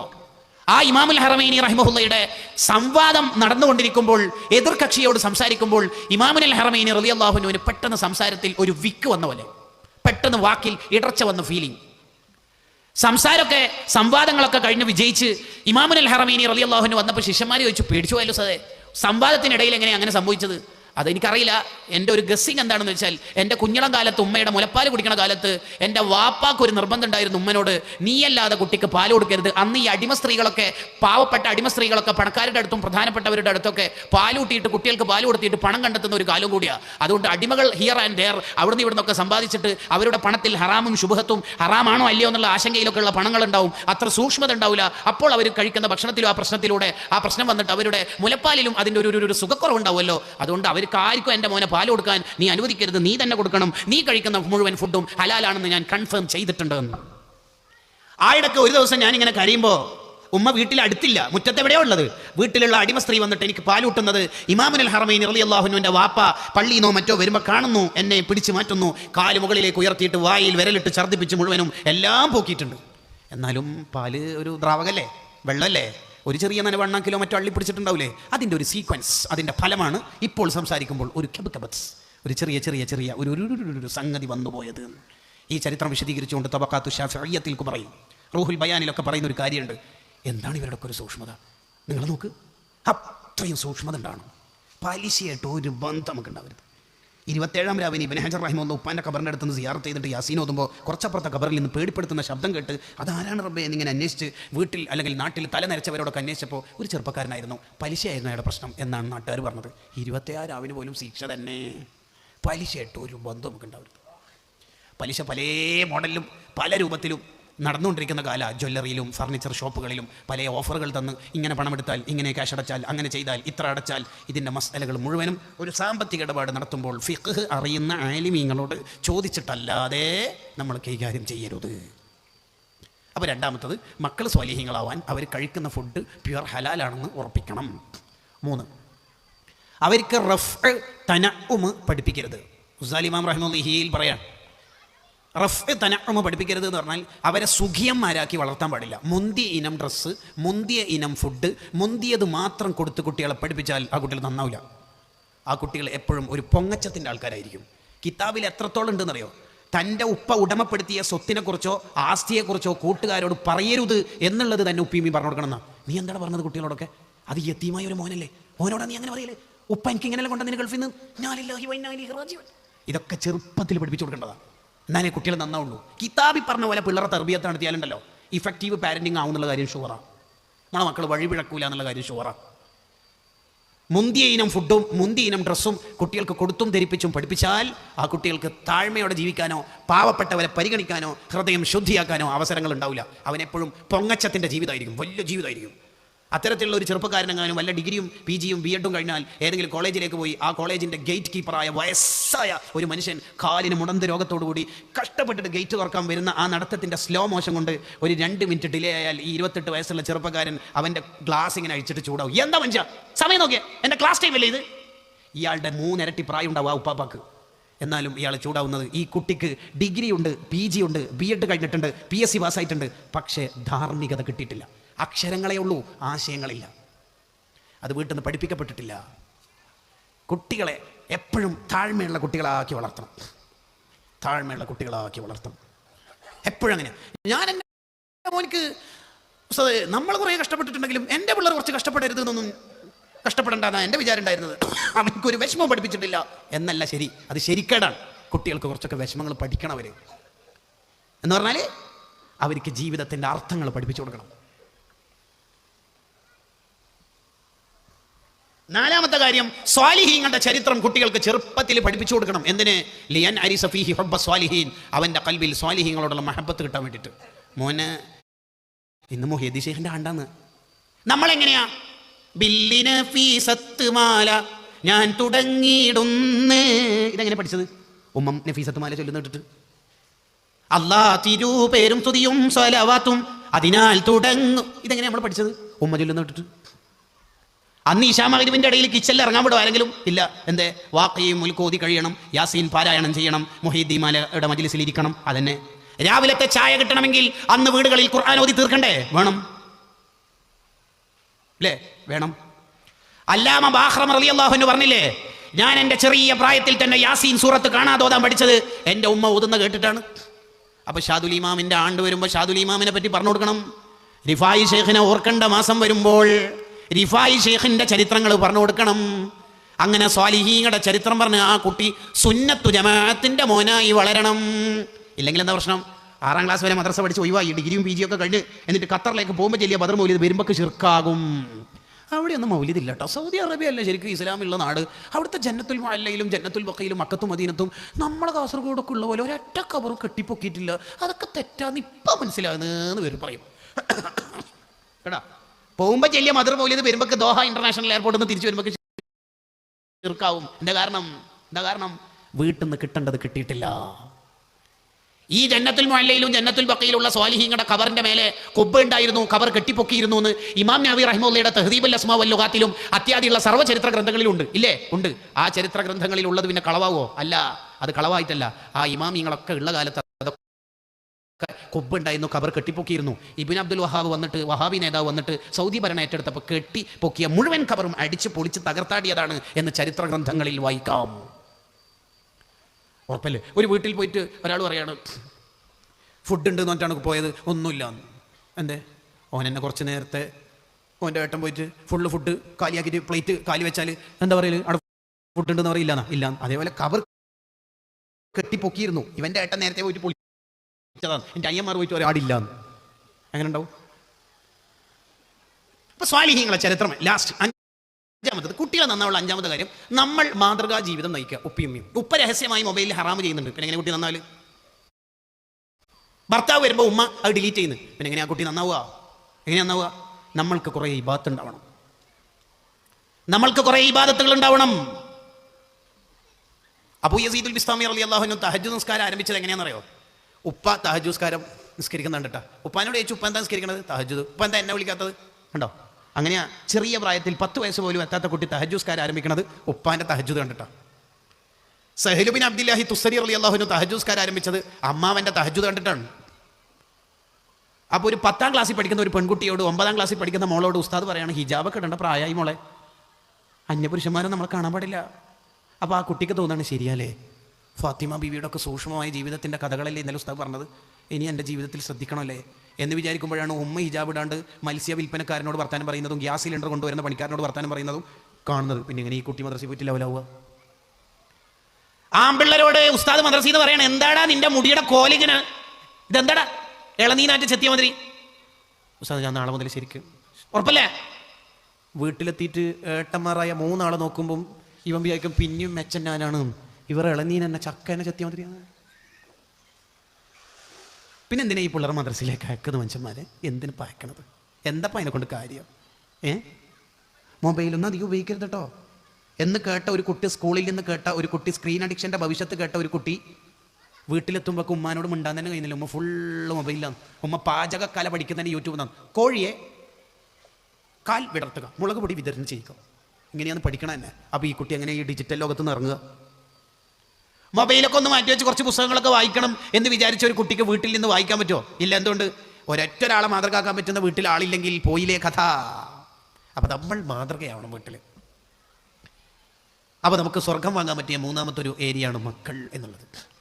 4ാമത്തെ 7 പറയണമെന്ന് കരുതിയിരുന്നു. പക്ഷേ ക്ലോക്കിന് എന്താണാവോ നമ്മളോട് വളരെ വേഗത്തിലാണ് മൂപ്പര് സഞ്ചരിച്ചുകൊണ്ടിരിക്കുന്നത്. ഞാനും ഒരു ആശങ്കയോടെ തന്നെയാണ് വാച്ച് നോക്കിക്കൊണ്ടിരിക്കുന്നത്. 4ാമത്തെ കൂടി പറഞ്ഞ് ഞാൻ വെയിൻ്റെ പയ്യാം. 4ാമത്തത് നമുക്ക് സ്വർഗം വാങ്ങാനും നരകം വാങ്ങാനൊക്കെ പറ്റുന്നതാണ് സമ്പത്ത് എന്ന് പറയുന്നത്. സമ്പത്ത് കൊണ്ട് സ്വർഗം വാങ്ങാനും പറ്റും, നരകം വാങ്ങാനും പറ്റും. എങ്ങനെയാണ് സ്വർഗം വാങ്ങുക? ഹലാലായ സമ്പാദ്യമായിരിക്കണം നമ്മുടേത്. സമ്പാദിക്കുന്നതൊക്കെ ഹലാലായിരിക്കണം. ചെലവഴിക്കുന്നത് ഇബാദത്തിൻ്റെ മേഖലയിലും ആയിരിക്കണം. അനാവശ്യത്തിന് ഫണ്ട് ചെലവാക്കരുത്. എൻഗേജ്മെൻറ്റിൻ്റെ പേരിൽ ദൂർത്ത് നമ്മുടെ നാട്ടിൽ വ്യാപകമായി കൊണ്ടിരിക്കുകയാണ്. വെസ്റ്റ് ബാങ്കിലും ഗസയിലും റഫയിലുള്ള മുസ്ലിമീങ്ങൾ ഇസ്രായേലിൻ്റെ ബോംബിൽ ചുട്ടരിക്കപ്പെട്ട് കൊല്ലപ്പെടുമ്പോൾ, ഉത്തരേന്ത്യയിലെ ഗ്രാമങ്ങളിൽ സിയാറത്തിനോ മറ്റോ പോയാൽ കോടിക്കണക്കിന് മുഅ്മിനീങ്ങൾ ഒരു നേരത്തെ അന്നമില്ലാതെ, കിടപ്പറയില്ലാതെ, വെള്ളമില്ലാതെ കഷ്ടപ്പെടുമ്പോൾ എൻഗേജ്മെൻറ്റിൻ്റെ പേരിൽ നമ്മളെ നാട്ടിൽ ചോക്ലേറ്റിൻ്റെ പർവ്വതം.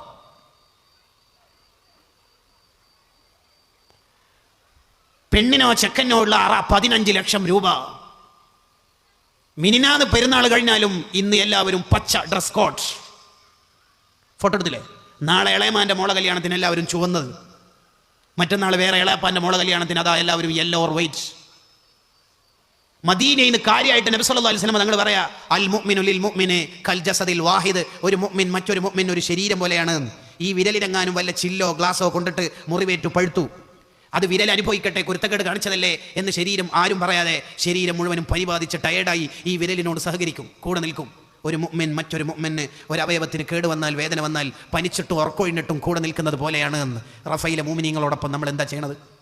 ഗസയിലെ മുഅ്മിനീങ്ങളോട് നമുക്ക് എന്താ ബന്ധം?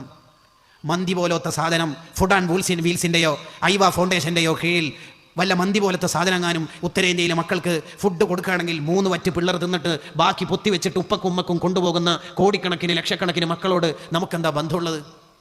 ചോക്ലേറ്റിൻ്റെ മലയും പർവ്വതവും എൻഗേജ്മെൻറ്റിൻ്റെ പേരിൽ എത്ര ചെറുക്കന്മാരാ എൻഗേജ്മെൻറ്റിൻ്റെ പേരിൽ അറുത്തുപോകുന്നത്.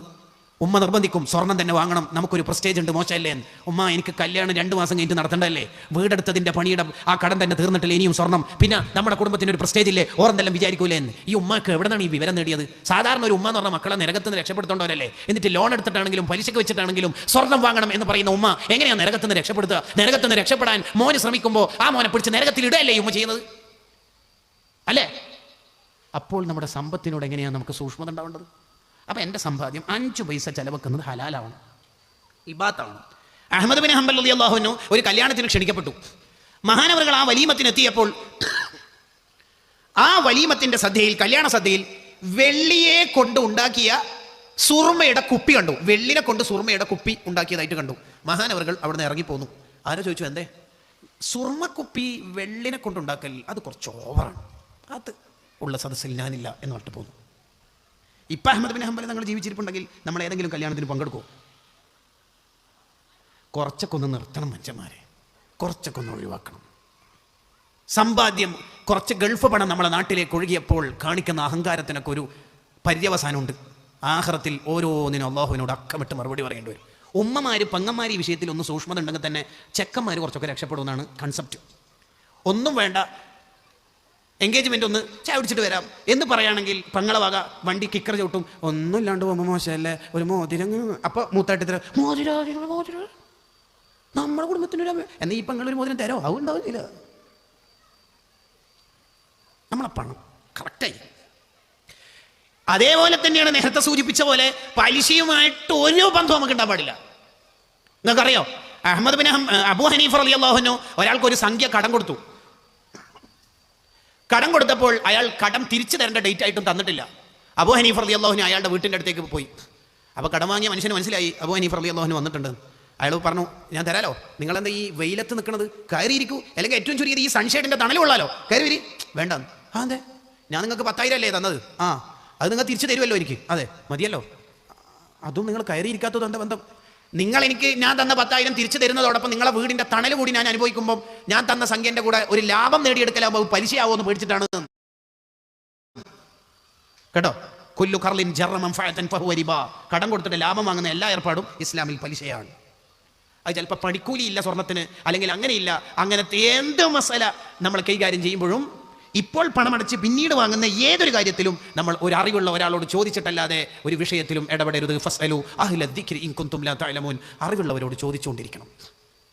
ചില മഹാന്മാരുടെ സൂക്ഷ്മത കേട്ട് നിങ്ങൾ, അവർ 1000 രൂപ കടം കൊടുത്താൽ, രൂപ എന്നൊക്കെ നമ്മുടെ നാട്ടിലെ ഉദാഹരണം പറയാം കേട്ടോ, 1000 രൂപ കടം കൊടുത്താൽ തിരിച്ചു വാങ്ങുമ്പോൾ 990 900 ഒക്കെ വാങ്ങുള്ളൂ. എന്തേ? അന്ന് ചില്ലറ 1000 ഇങ്ങനെ എണ്ണി തരുമ്പോൾ എൻ്റെ വന്ന് തെറ്റിപ്പോയിട്ട് 1000 ആയതാണെങ്കിലോ, ചിലപ്പോൾ അത് 900 ആണെങ്കിലോ, അവിടെ 900 മതി. അത്രയും അവർ പലിശയെ ഭയപ്പെട്ടു, പേടിച്ചു.